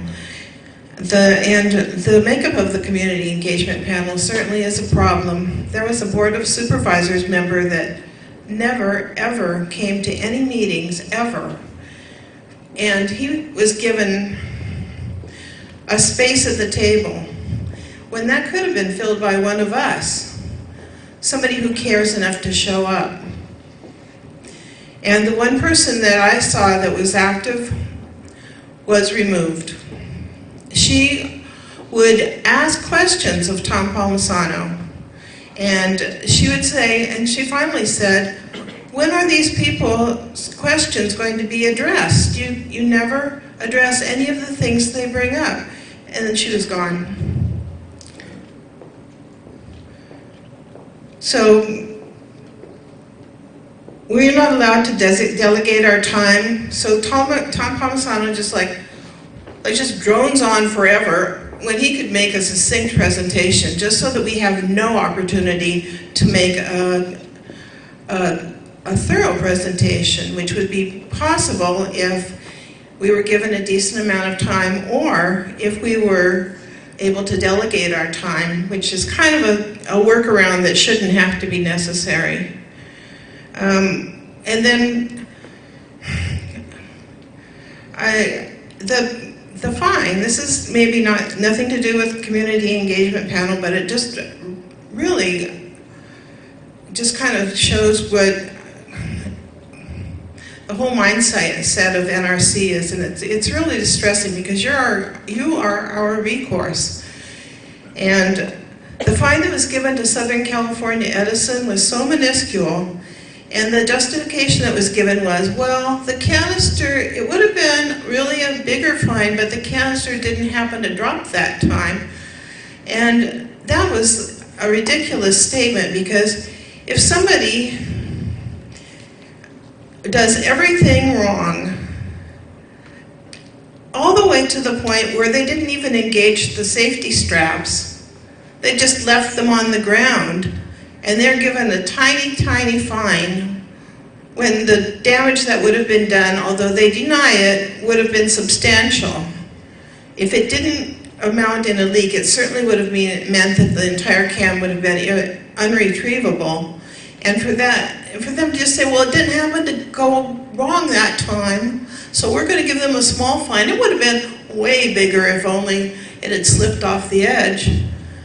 There was no material difference in the way the canister had been handled, whether it would have gone off the edge. I mean, they didn't do anything right. And they were given such a tiny fine, it just shows that there's really no oversight and no impetus for Southern California to Edison to do the right thing about anything, because there's no consequences. And I was thinking that the reason that the policemen are there to protect, apparently, the community engagement panel members from members of the audience or the activists. And I'm thinking, well, why would they think that we would do anything to them? And then I thought, well, maybe they're fearful that we know that they were going to run the generator at 80% capacity when it was leaking, and they think that we know that they're trying to kill us, and we're mad at them. Or maybe they think that because they're burying that nuclear waste so close to the beach when they never needed to, and then they did that whole thing so underhandedly up in Long Beach with no notice, barely any notice whatsoever, that they were going to make that decision that day, and the ex parte communications ahead of that meeting, all of those things, the meetings in Poland, all the things that they did wrong, and they think, well, maybe the members of the community that are coming to talk to us know what we did, and they might try to kill us, so we have to protect ourselves with armed guards. So, is that it? I don't know. Thank you for your comments. The next speaker is Bert Moldau.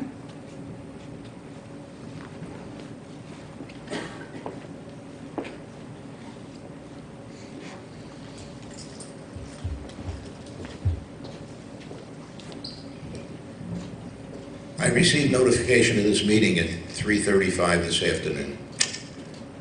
And I'm sure that you would have had this room filled, okay, had enough notice gone out to enough people. I don't know why it didn't.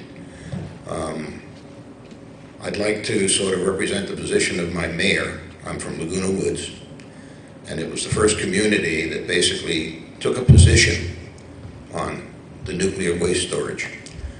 Okay, and essentially the town council said, we understand, okay, that there is no permanent waste site. And we understand that it's possible that this stuff is going to be around for quite a period of time. Nobody knows. 20 years, 50 years. But what we want to tell you is that we want you to provide the safest storage method possible so that we would be less concerned. So what did they do? They put it in canisters, 5/8 inch thick. Canisters that cannot be inspected if there is a crack. And we all know that the NRC says if a canister is cracked, you cannot ship it. Interesting. So that canister is going to stay there for what, forever? That's number one. Two,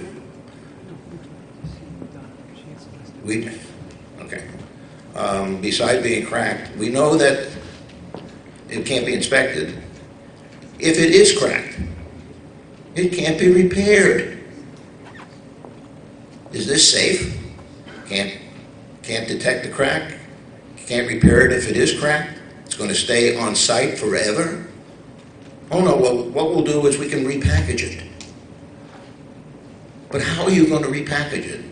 Are you going to remove it from the canister and put it in another canister? You can't do that. It's never been done before. Well, you know, what we can do is we can use the waste pool, okay, and then put it into the waste pool and get another canister.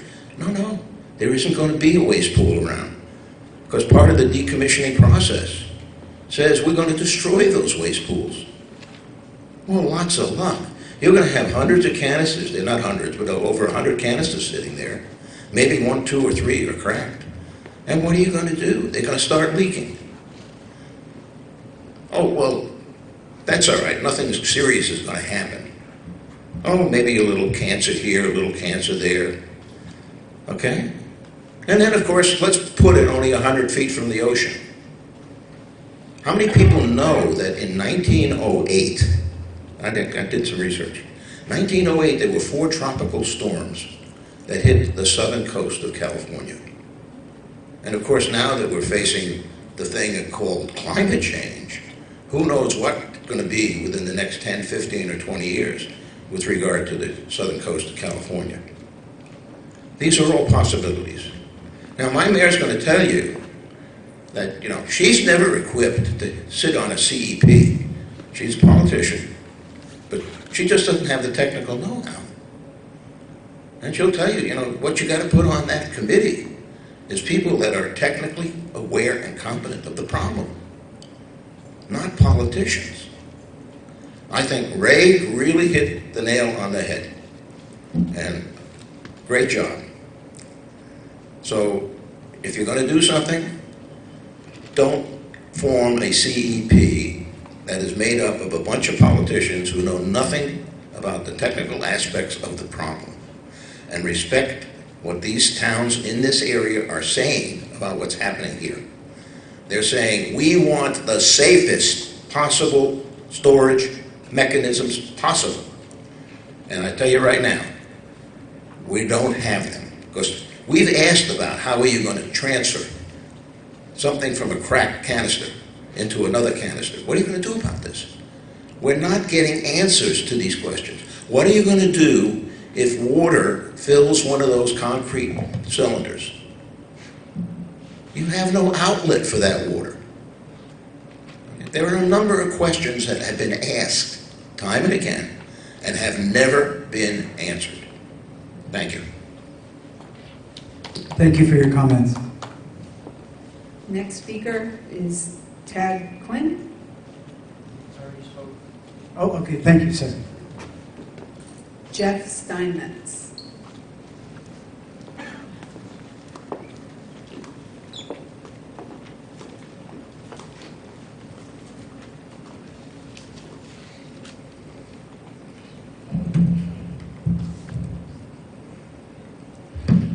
Good evening, and thanks for giving us the opportunity to actually put forth how we feel about the CEP meeting, or CEP panel here in San Onofre, and what we think should actually be done. The Southern California Edison Community Engagement Panel, also commonly referred to as the Southern California Community Enragement Panel, was set up by Southern California Edison to control the narrative, and that's really all it was set up for. Each panel member is hand-selected by Edison with no community inputs. At the last CEP meeting, only one panel member asked questions. It was an embarrassment. The so-called community members, elected officials selected by Southern California Edison to represent the community, proved themselves to be the most intellectually uncurious people in the state. Seriously. You can watch the tape. The only person that asked any questions was a brand new panel member at the last CEP meeting.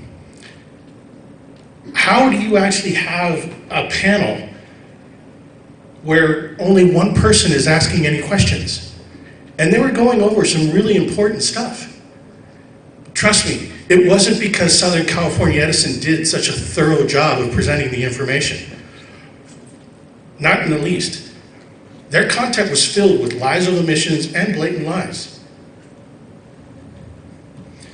The CE panel cherry picks the questions that they take, and the questions are not responded to in good faith. The public does not get an opportunity to ask follow-up questions. Southern California Edison representatives are experts at parsing language, and frequently they do not respond to questions with the full story. The community is not given an opportunity to clarify the response. This is critical. When someone is actually trying to obfuscate the information up there, and you don't get the opportunity to actually ask any follow-up questions, you can't get a clear understanding, both publicly or personally.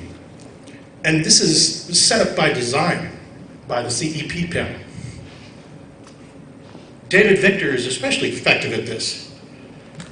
When he's up there, when I would actually make comments when they initially set up, he would sit down there with Tim Brown, and they would make snide comments afterwards on a regular basis. If they still have all the old tapes, you can go through the tapes and you can review them all. And you'll see him doing this. If you make points that were actually undercutting what they were saying, they would do their best to actually undercut you.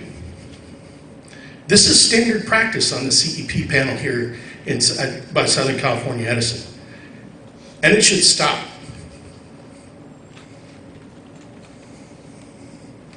The community engagement panel lies to the public with no consequences. This is Tom Panisano lying to the public at the August 9th meeting. Oops. We do periodically stop. We stopped over the week of Memorial Day to rest the crews. We stopped for crew rest to do maintenance on our equipment. And we're in one of those stops at this point when we completed number 29 last week. I expect we'll restart loading in a week or two. During this time, we do our maintenance. The crews get some time off. And we look back and say, how did it go? The real reason why they stopped is because they almost dropped a canister at 18 feet. But Tom caught up here and said, or excuse me, it wasn't at this facility, but he got up at the CE panel and lied. And about 50 minutes later, David Fritsch got up and actually told everybody the truth. But what happened to Tom? Nothing. He wasn't removed from the panel. I played this very tape to the panel, I think either 2 meetings or 1 meeting afterwards, and they all had the same response. They all just sat there like bumps on the log. Had nothing to say. Apparently it's fine for the panel members, or for Southern California Edison to lie to the panel and to lie to the public, to be proven as liars, and for the panel to do nothing about it.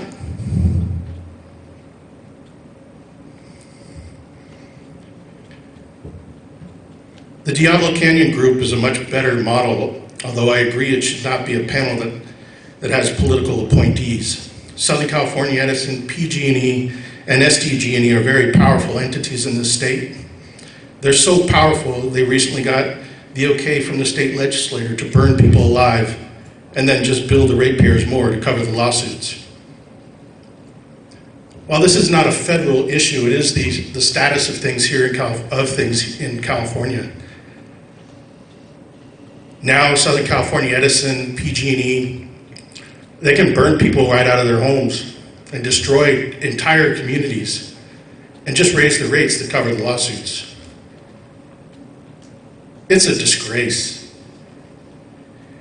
You can't put these people, basically, that have this kind of power with the state legislature to make political appointees, either by the governor or the state legislature, because that will fail, and you will not be serving the community in any capacity. If you're interested in actually locking out the community, then yes, you should take the CEP panel forum. That would be ideal if you wanted to actually just control the narrative and not listen to the public and just do whatever you want to do, because that's what the CEP panel does here. Thank you. Thank you very much. Next speaker is Jim Wade.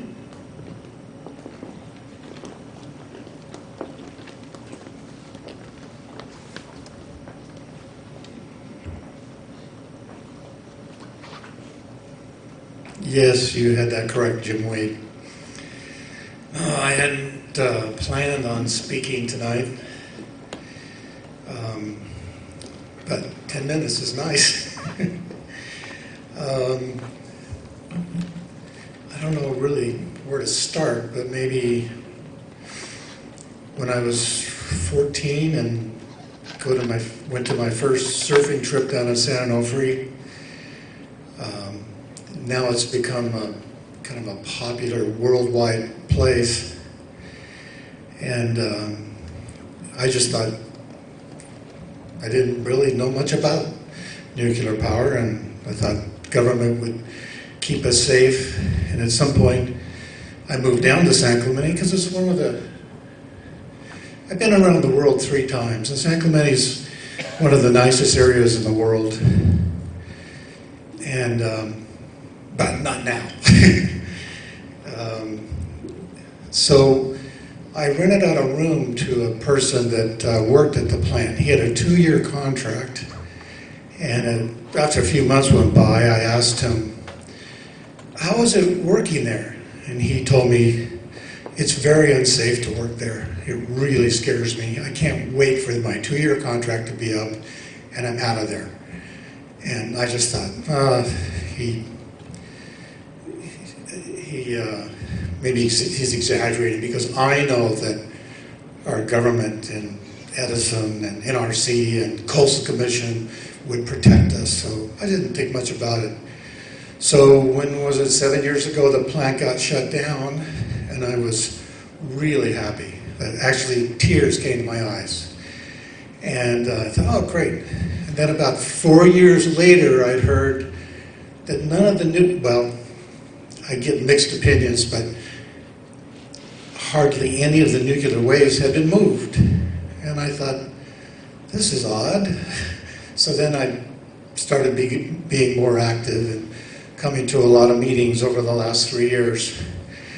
And I hate to, what was my thing I wrote down here? I hate to name call, and I don't do it. But I'm going to do it.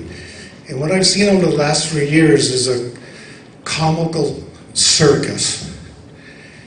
And each month or a few months that go by, something happens that just blows my mind. I can't even believe that this waste would be stored on the beach. Oh, well, I know when I was living in San Clemente,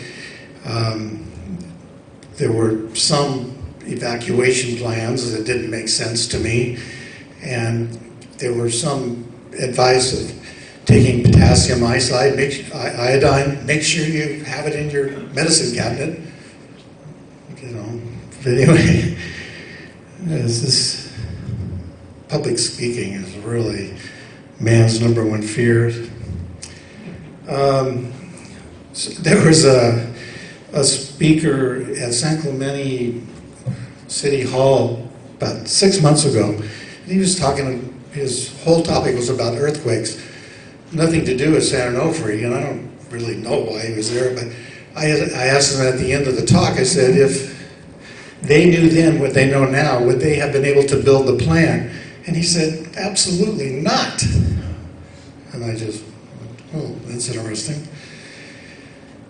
But what really is, it's hard for me to believe, and a number of my friends that I've talked to, probably a couple hundred, I just wonder why, when Edison had permission to take the nuclear waste to, I guess, the Yucca Mountain in Nevada, and it just seems to me like, and I've had to deal with the Coastal Commission quite a few times, that they would be protecting us, and they would have, but I don't know, I'm talking kind of out of order, but then I found out about 6 months ago, I talked to the head Coastal Commission up in San Francisco. Well, first I tried Long Beach, they didn't know much. I tried San Diego, they didn't know much. I talked San Francisco, and I talked to the head guy. He said, I have no jurisdiction, Coastal Commission has no jurisdiction at all in that area. We can make recommendations, but we can't enforce anything. I thought, that was odd. Why do we even have a Coastal Commission? What else here?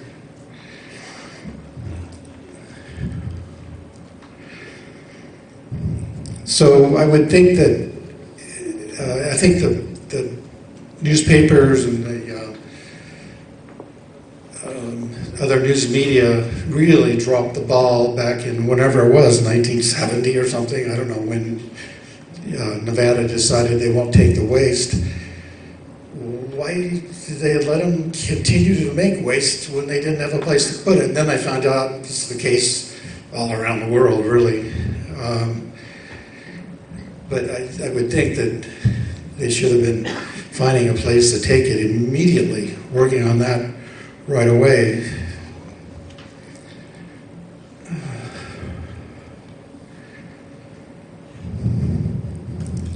Oh, and I hope, I've just, over the last 3 years, I've been learning kind of on a part-time basis more and more about this. And I hope that everyone that's involved with this situation would watch the documentary on Chernobyl, because I knew this San Onofre was bad, but after watching that, it's far worse than I even thought. You know, not to mention 3 Mile Island or Chernobyl or Fukushima, which reminds me the Japanese,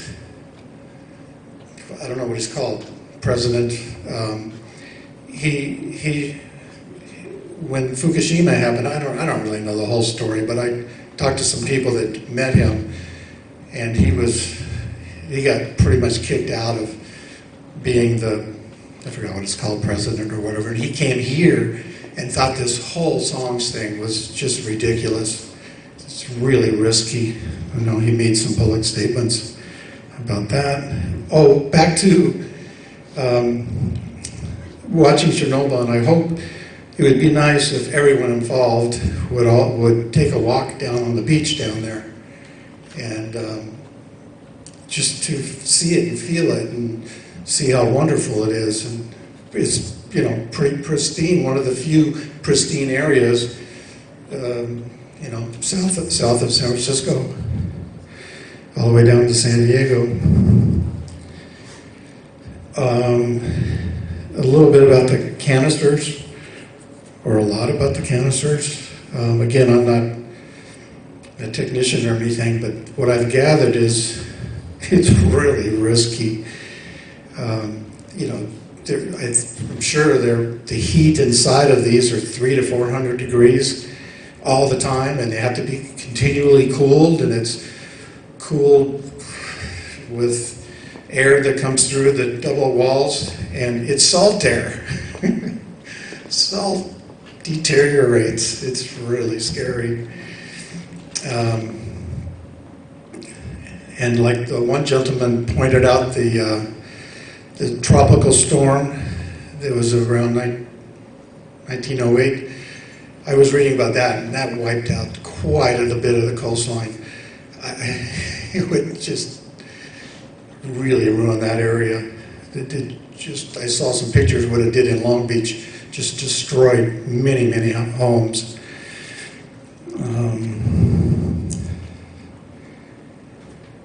So I'm just wondering, when Yucca Mountain backed out, I'm just guessing that Edison just said, we'll do something with the waste when we kind of have to. And then they just, so they just figure, I'm thinking, what only makes sense to me is they thought, what would be the cheapest way? I didn't even know Holtec told them that we can save you guys millions of dollars, and Edison's probably going, yeah, let's just take the cheapest way out. And it's kind of obvious to me that's what they did, you know. Which, when I've mentioned this to a lot of people, that this toxic waste is being buried 100 feet from the water, and I've been there many times, even though it scares me to go down there. I've seen it personally. It's really scary. Yeah.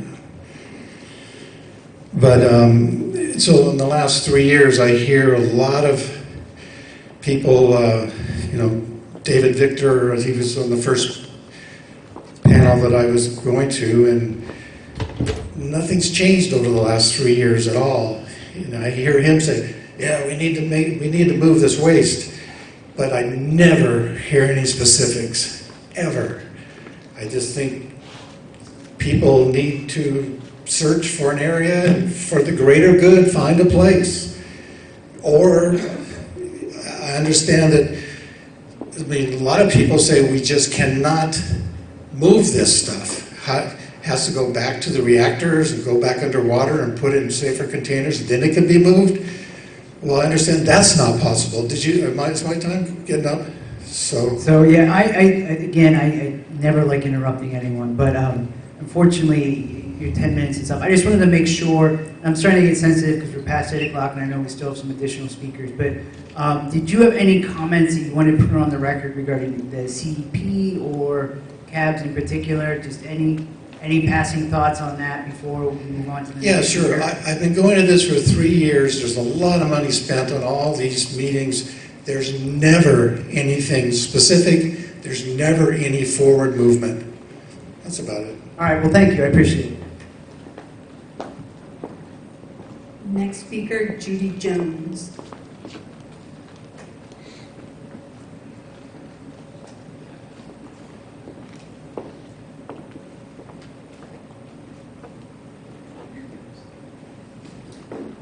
Good evening.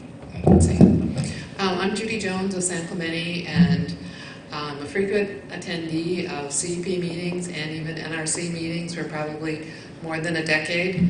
So it's a lot of listening and not really seeing a lot of results. I think many people have reiterated that point. And my concern overall has been that we should make the safest decisions on everything, where we're putting the dry storage, how we're transporting it, what canisters we have, all these things should be the safest that we can do. And we don't really always seem to make those decisions. But in terms of commenting on the CEP, I think that David Victor mentioned some very good points about having trust between the community, the CEP, the SCE, NRC.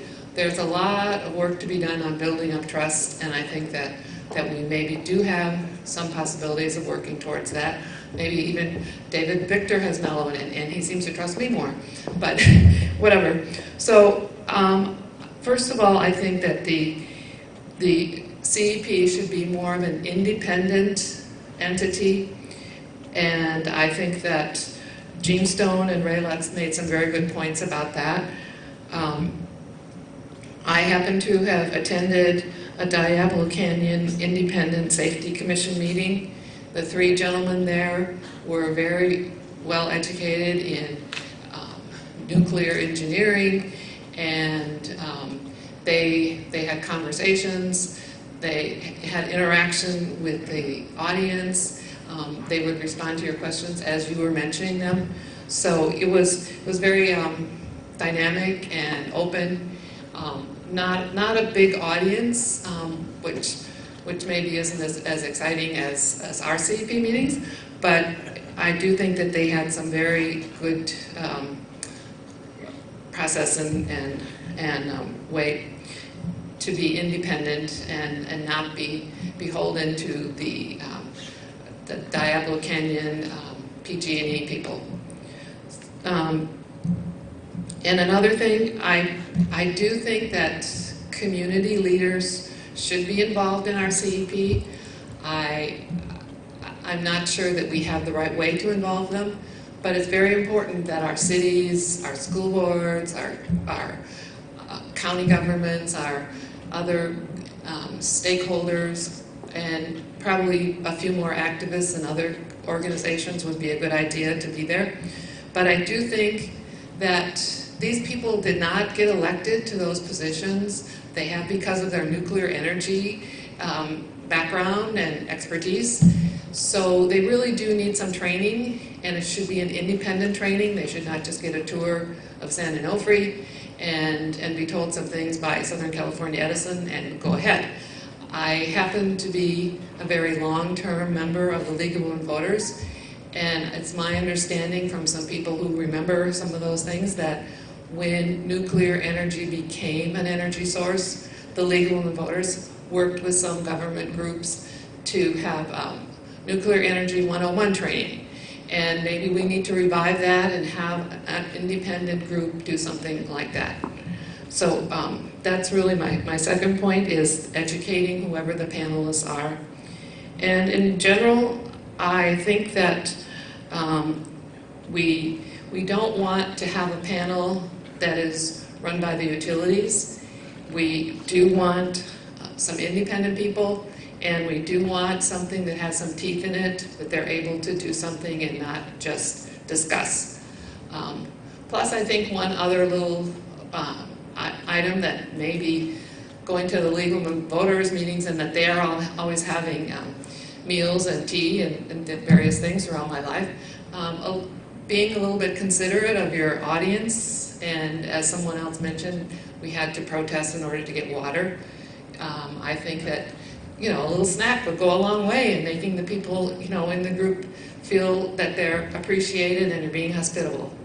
So thank you. Thank you very much. Next speaker, Kevin Higgins.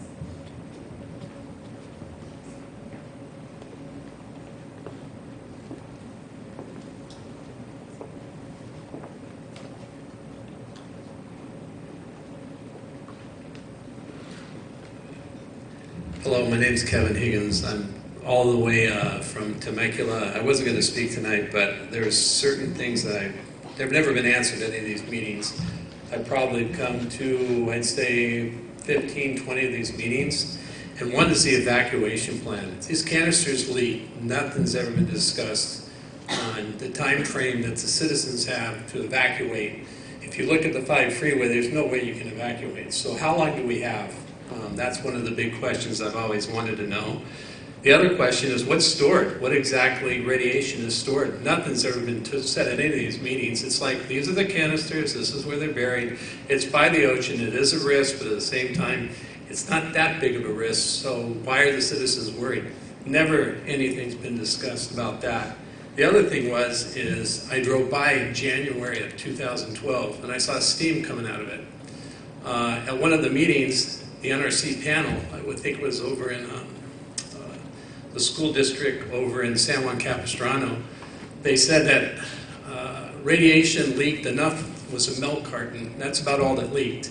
And then supposedly a friend of mine told me a whistleblower came forth and said, no, much more was leaked at that time. We'll never know. I mean, that's the sad part, is we're citizens. You know, we pay our taxes, we do what we're supposed to be doing. We trust, you know, Southern California Edison's doing what they're doing. But those questions have never been answered. There's never been an evacuation plan put in place where I know how much time I have to get my family out.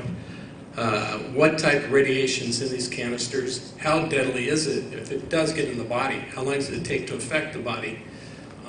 You know, we've all got kids, and we've all got, you know, people we care about.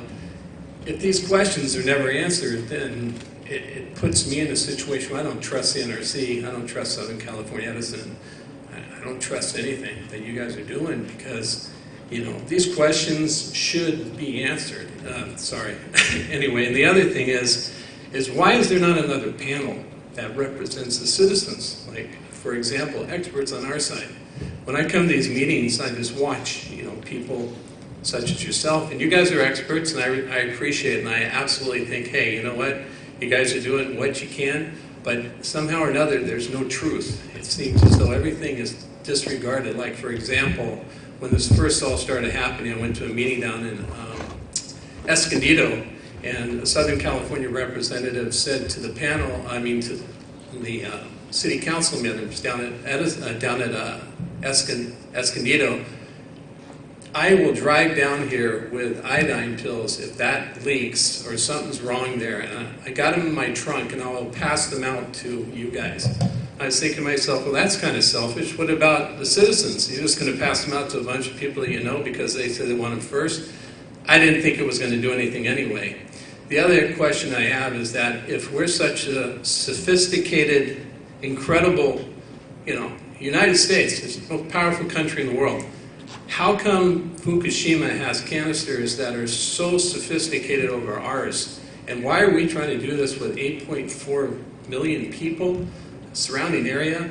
I don't know what the evacuation zone is. I've been told 10 miles, 5 miles, 20 miles, 150 miles. None of these questions have ever been answered by the NRC, Southern California Edison. I've been probably, I'd say 20 meetings. You know, normally I don't speak out, but so the main questions I have, evacuation plans never been discussed. The next thing, what's radiation stored in these canisters that the public should be aware of? The next question that I have is, if they do leak, how long do we have to evacuate our homes, to get our families out? How long do we have? And if the canisters do have scratches on them, what's the significance? Because I've lived in Hawaii, and I've seen how quick, I don't care what type of metal you have, when the salt air hits that, you start to see salt crystals, and then you start to see the rust, and it doesn't matter what type of metal it is. So all these questions, I've been to tons of these meetings, they've never been answered. None of these questions. Evacuation plan, what type of radiation is stored in these canisters, how long do we have to evacuate, what's the procedure if one of the canisters does leak? And the other question I have is, what is your warning system? Do you have anything that's going to indicate to the public, like a siren or an app? Let's face the fact, what happened with that earthquake that just happened? The earthquake hit, it came, and there was supposed to be an app indicating to people in Los Angeles that had the app. Didn't even, the earthquake was gone. I think it was almost, up to 8 hours before they got the app. So those are the questions that I have, and I wish the NRC and I wish Southern California Edison would answer the questions so the public don't leave here every single night thinking, oh, you know what? That was useless. That's good. Thank you. So thank you. I just thank you for your comments on the CEP, but regarding your technical questions, so as I mentioned here earlier tonight, we don't have the experts here with you tonight to answer those kind of questions. Like, we brought experts or staff here to talk about how the cabs, what we're doing with the cab, or underneath Section 108. So what I'm hearing from you, though, is that you feel strongly that we have not communicated well on these issues, having come to so many meetings and not felt like your answer. So what I can commit to you is this, and granted I'm just a facilitator, is that we've been writing down your questions. If you stick around after the meeting out there and then give us your contact information, we'll get you something back and have some further dialogue with you on your technical questions. But we simply don't have the experts here to answer those questions tonight. It would be unfair to engage in that kind of dialogue where we just don't have the people we need to discuss those things. But that's a comment on the CEP. They're not answering those questions either. That's really a comment he's making. Okay, yeah, I'm not disagreeing with that at all. Okay. So that we will take that as the comment is also that the CEP isn't answering those kind of questions either, as the individual stated. So, all right, I just wanted to make that clear. That's why you're not hearing us answer those questions right now. So next, Donna, if you would, thanks. Mickey Bay.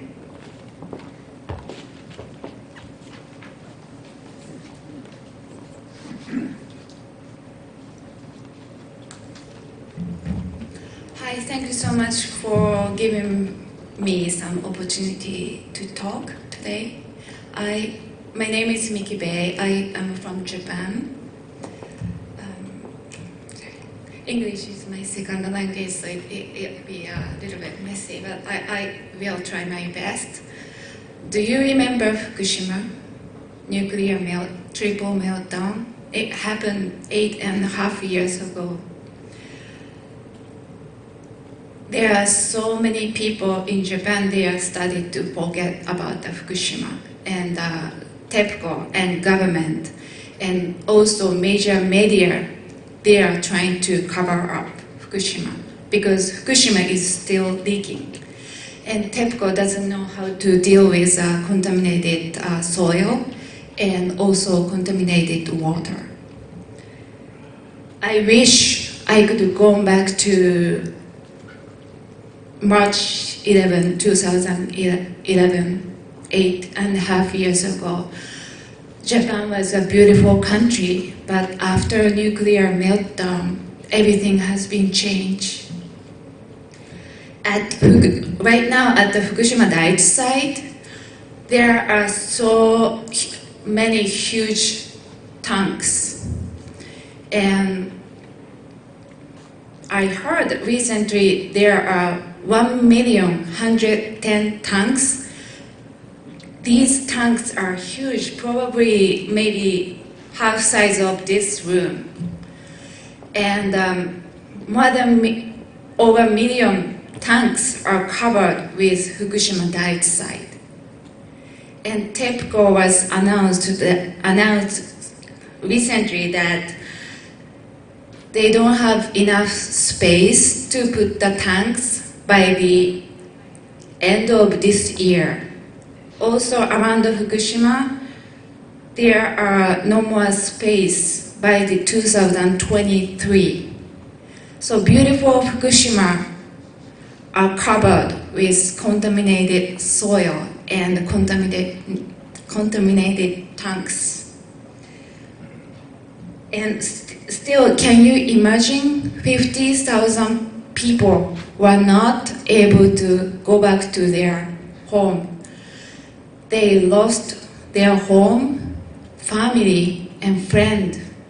And they are not able to go back to their home even though the government is safe to come back.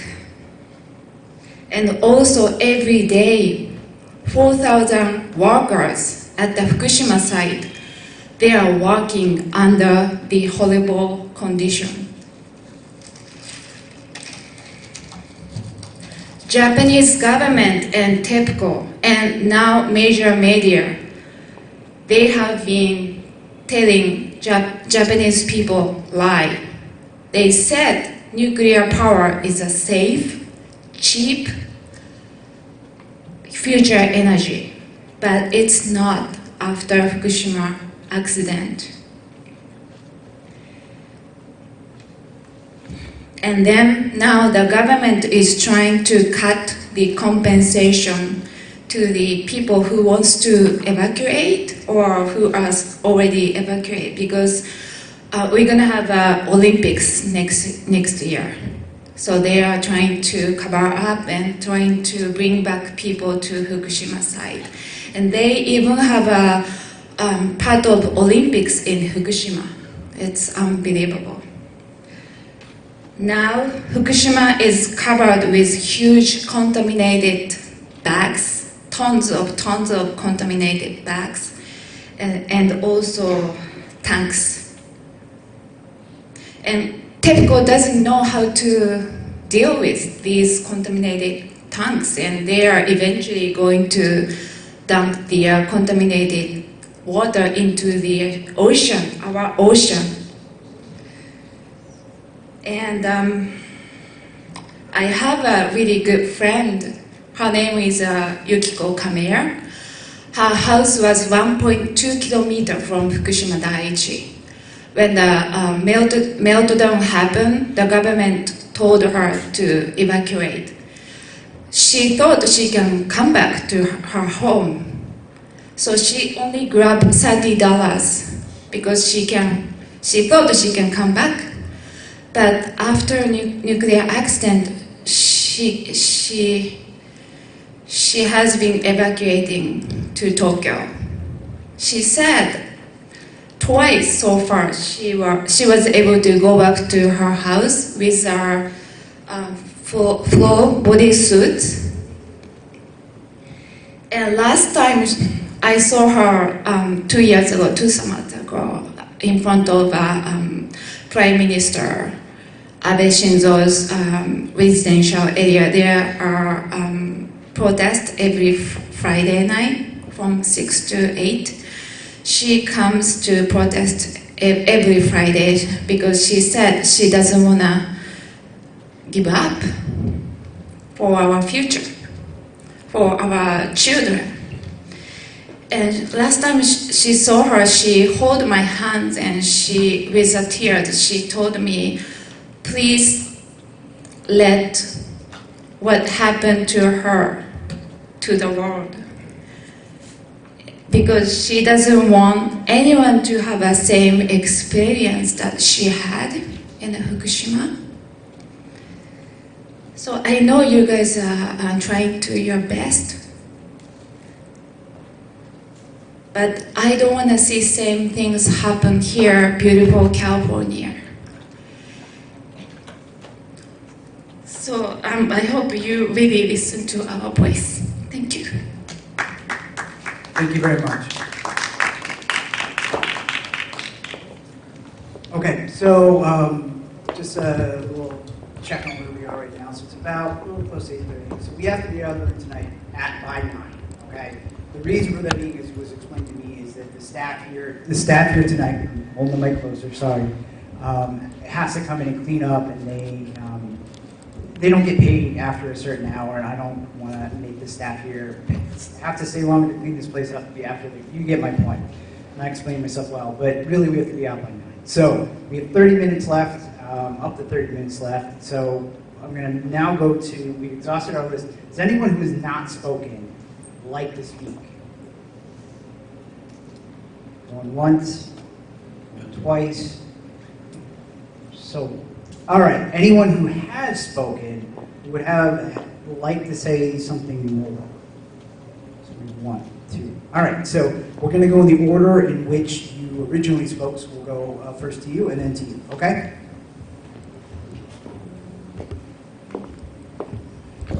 Thank you very much. I'm David Victor again. Sorry to take the floor. Again, a lot of important things have been said. There's a lot of anxiety about the technology, including for reasons that were just articulated. I want to just say 6 things very briefly that are specifically related to the mission of your task force. First is Section 108. The statute talks about you gathering information about advisory boards in the broadest conception of the word advisory. And that goes directly to this issue of membership of the CEP and I suspect to other bodies. The reason that elected officials, people call them politicians, I think it's important to call them elected officials. These are people who have been selected by their communities through democratic processes to represent the communities and the voices and variety of viewpoints there. The reason they're on the CEP and they're the dominant part of the CEP is precisely because of that role.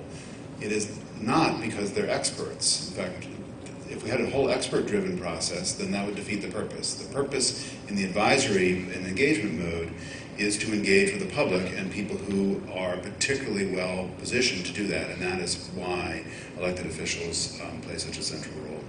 Second, I just want to very quickly clarify something. There have been a couple comments that I believe have mischaracterized, perhaps unintentionally, the selection process and notably the removal process for the CEP. There's one elected official who was a member actually of this community, was not ejected by Edison. In fact, the community in their own processes selected somebody different to represent the community. It would be presumptuous of us or Edison or anybody else to tell this community what to do. Same is true for the San Diego County Board of Supervisors. That seat sat vacant, and I was really irritated about it. I wrote multiple letters, and I physically went down to the board and testified. But that was a choice of that board. So that's, I think, a very important part of working with elected officials. Third comment, very briefly, security. If people are feeling that the security presence in our meetings is intimidating, please help us understand what we can do.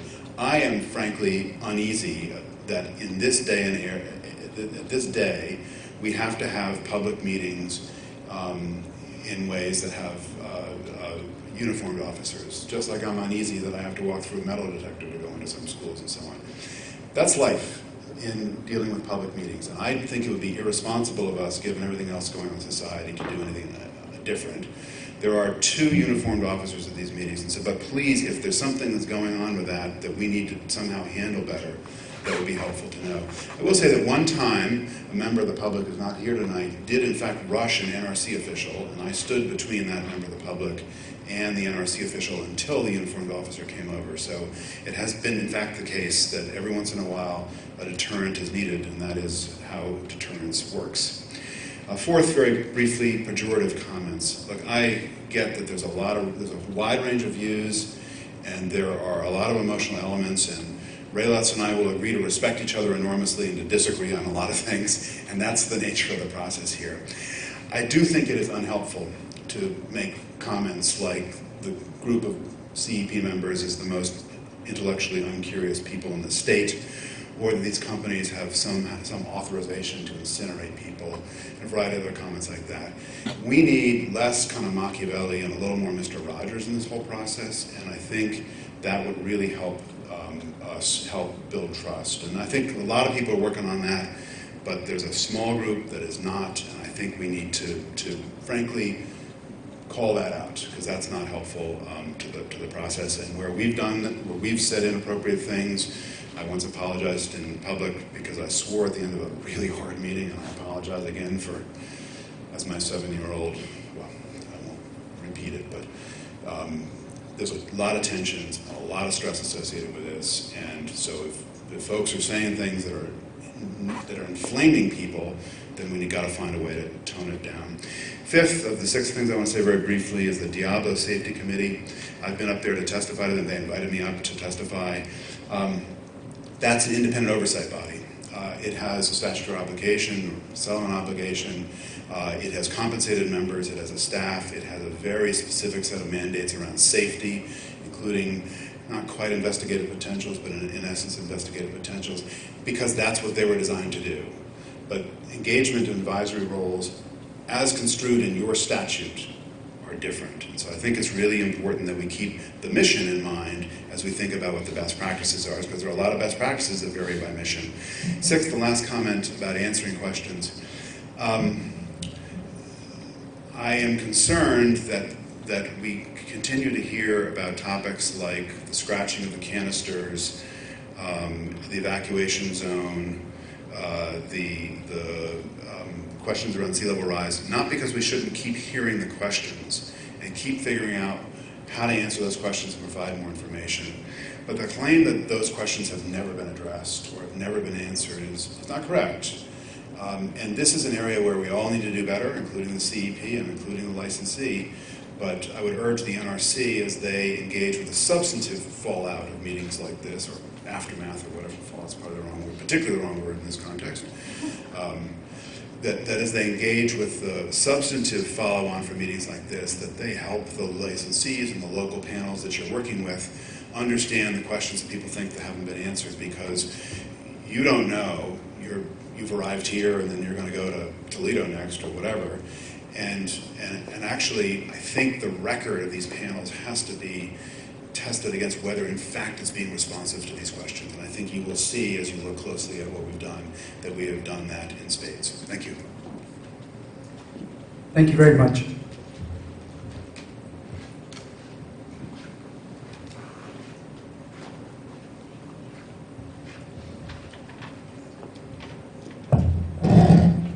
Once again, I'm Gene Stone for Residents Organized for a Safe Environment, an ex-member of the CEP and a member of Mike Levin's task force. I'd like to thank everyone for coming here tonight. But I want to kind of rebut one idea that I heard, is that, but first I'll explain it by, when I resigned the CEP, I wrote a letter to David and the CEP and Edison.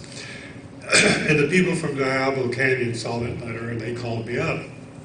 So the reason that they're going to have some oversight is because I suggested, while Edison has every right to give their information from their point of view, citizens deserve the right to have real oversight. Because, and I want this on the record, the reason we are here today is because we have listened to nuclear experts exclusively, and we could no longer afford that luxury. We need a vital community participating from an educated point of view. Now, when new members come on the CEP, they should be given a class. They should be educated. They should be brought up to speed, because it's irritating for the members of the CEP to hear the same question 1,000 times, but it's irritating on the other side to listen to a new member discuss an issue that was talked about in the first year and they have no idea about.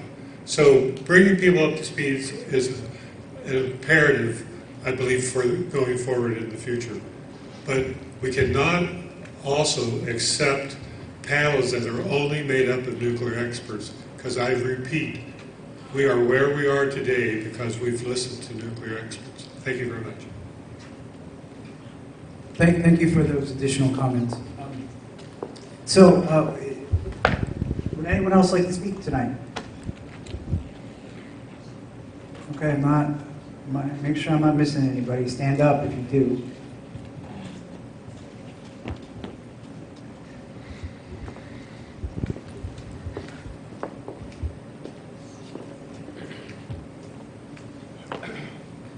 Madge Torres from Citizens Oversight. I just want to say that I think that the time spent in these meetings should be more equally divided among the community members and the point of view of Southern California Edison, because we frankly don't have a lot of confidence in anything they say anyway, and they just waste our time because they lie when it's convenient. So, and lies of omission are lies. So I think it's important that the people in the community are given the respect that they're due, and a bottle of water, while nice, is not respect. The fact that our time is so limited is disrespect. Thank you very much. Okay, one more. Okay.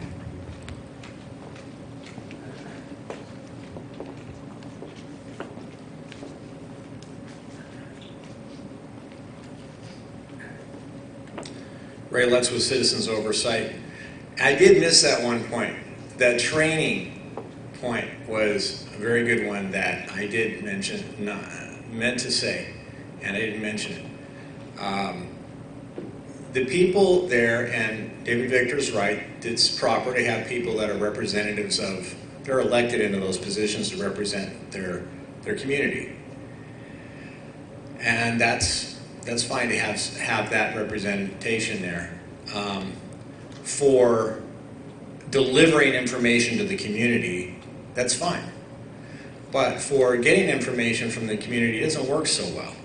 Because the people that actually are well-versed in the topic are the people that have been working on it for probably decades, and no more than the people on the panel. Those are the people out in the audience. And the CEP gives the audience very little respect, or even really avenues to maybe submit. You could submit a document, they put it onto the server somewhere. Nothing is ever processed with any kind of openness or discussion that you would see in any regular technical group. I've been members of many of these. Members of the group at MIT. I work with other groups all the time. And there's a discussion that goes on, back and forth, a discussion. And these sort of discussions don't take place. Because the attitude of the CEP is that basically, the public doesn't know what they're talking about. They're a bunch of idiots. They come in and they raise, scratch, and the utility has already said that that's fine. They've already explained that over and over. And why doesn't the public believe them? Why don't they believe that 5/8 of an inch is okay? Why, and the people that have been pushing on this, Donna Gilmore has been working on thicker canisters. Now, I don't agree with everything she says, but she's got a point. These canisters were not designed for indefinite storage, which is the intention now of what they're going to be doing with them. There's a big problem in the NRC. So I've gone to many NRC. The NRC says, you can submit a petition to the NRC, a 802 petition or something like that. And you can either do rulemaking or you can do an enforcement petition. And they usually waste a lot of time on the phone explaining how we can file these petitions and so forth, take away our time from possible comments. The NRC, a lot of times, they hold meetings like this one. There's no live streaming. There's no interaction with the public. You hold a lot of webinars. Webinars are a little bit better because at least they can maybe be recorded. Many phone calls, not a recording. I had to record them myself, somehow jury rig it on the phone to get a recording of what took place, and then people are very interested because they may not be able to go to those calls. Are those reviewed by the CEP? Never. They never go over what has happened with the NRC, what's going on with these phone calls. Who does all the work to coordinate it? Donna Gilmore does more work than the CEP ever dreamed of. In other words, in coordinating with the community to be able to take action, to be involved with what the NRC is doing. Case in point, huge decision coming up on the Coastal Commission approval of this new waste facility in Long Beach, not mentioned at the CEP meeting that this was taking place. Why? Because the utility didn't want us to know. They didn't want us to know that this was an opportunity to try to block this ridiculous spent fuel storage facility of 3.6 million pounds only 100 feet from the ocean. We went up there anyway. I was one of the people that spoke against it. We ended up suing the Coastal Commission and trying to block it. But the point is that all of these meetings that take place about talking about, okay, the NRC is having a meeting about the whole tech approval of a shipping container that might be used for this system. Does the CEP mention that to the community to let them know that this NRC meeting is coming up? No, they figure the community is a bunch of idiots. They can't follow that stuff anyway. So why should we mention it? I guess. Otherwise, why don't they have the full list of the NRC meeting? For that token, why doesn't the NRC contact us about their meetings? Why doesn't the NRC have a better openness about these meetings that they're having, these approvals and discussions about these various things? It's still a problem, the NRC not doing that. Now, if the CEP is our engagement panel, well, they're not engaged with it either. They're not getting the information from the NRC, so we know about those meetings. I barely even find out about them. Fortunately, we have Donna Gilmore who follows it with a fine-tooth comb, and she lets me know when those meetings are. I'm usually able to, fortunately, participate and follow along. But there's other people in the community that are just as good as I am and better at following this stuff that are engaged in that. And I expect the CEP to have an engagement as well in the NRC things. They don't do that because all they do is they're a tool for this utility to provide their point of view. And to not stir anything up, we don't want you to actually get up ahead of steam and go up and do anything against what we're planning to do. We need, in this situation, the nuclear industry started out thinking we're going to have this free power, and it was all in good intention at the time. They didn't realize that waste was going to be such a big problem. And even now, there's not really a recognition that this waste is a huge and difficult technical problem. It is not just a political decision. They always say that, it's just political. Harry Reid didn't want it, that's the reason we don't have it, and so forth. No, it's a really hard technical issue, probably the hardest thing we've ever dealt with. Humanity is having a hard time. So, those are my points. We got to have, move up the notch. Yeah, we have people on the board that are elected officials. Maybe they're doing their best. We had that seat empty. The guy didn't want to come. I don't care what happened. Just say, okay, fine, you don't come. We'll put someone else in there that wants the seat. There's people in the community that would like to be up there and ask those questions. They say at the front, does anybody have a question about this? Only the panel gets to ask the question. The community has to sit out there and try to record all of their questions throughout the whole 2-hour meeting. Then you have 3 minutes to try to get your questions asked. No answers. We'll take care of that at the end, maybe. Then at the end they answer a few questions, but you can't follow up. It's designed to be belittling to the community.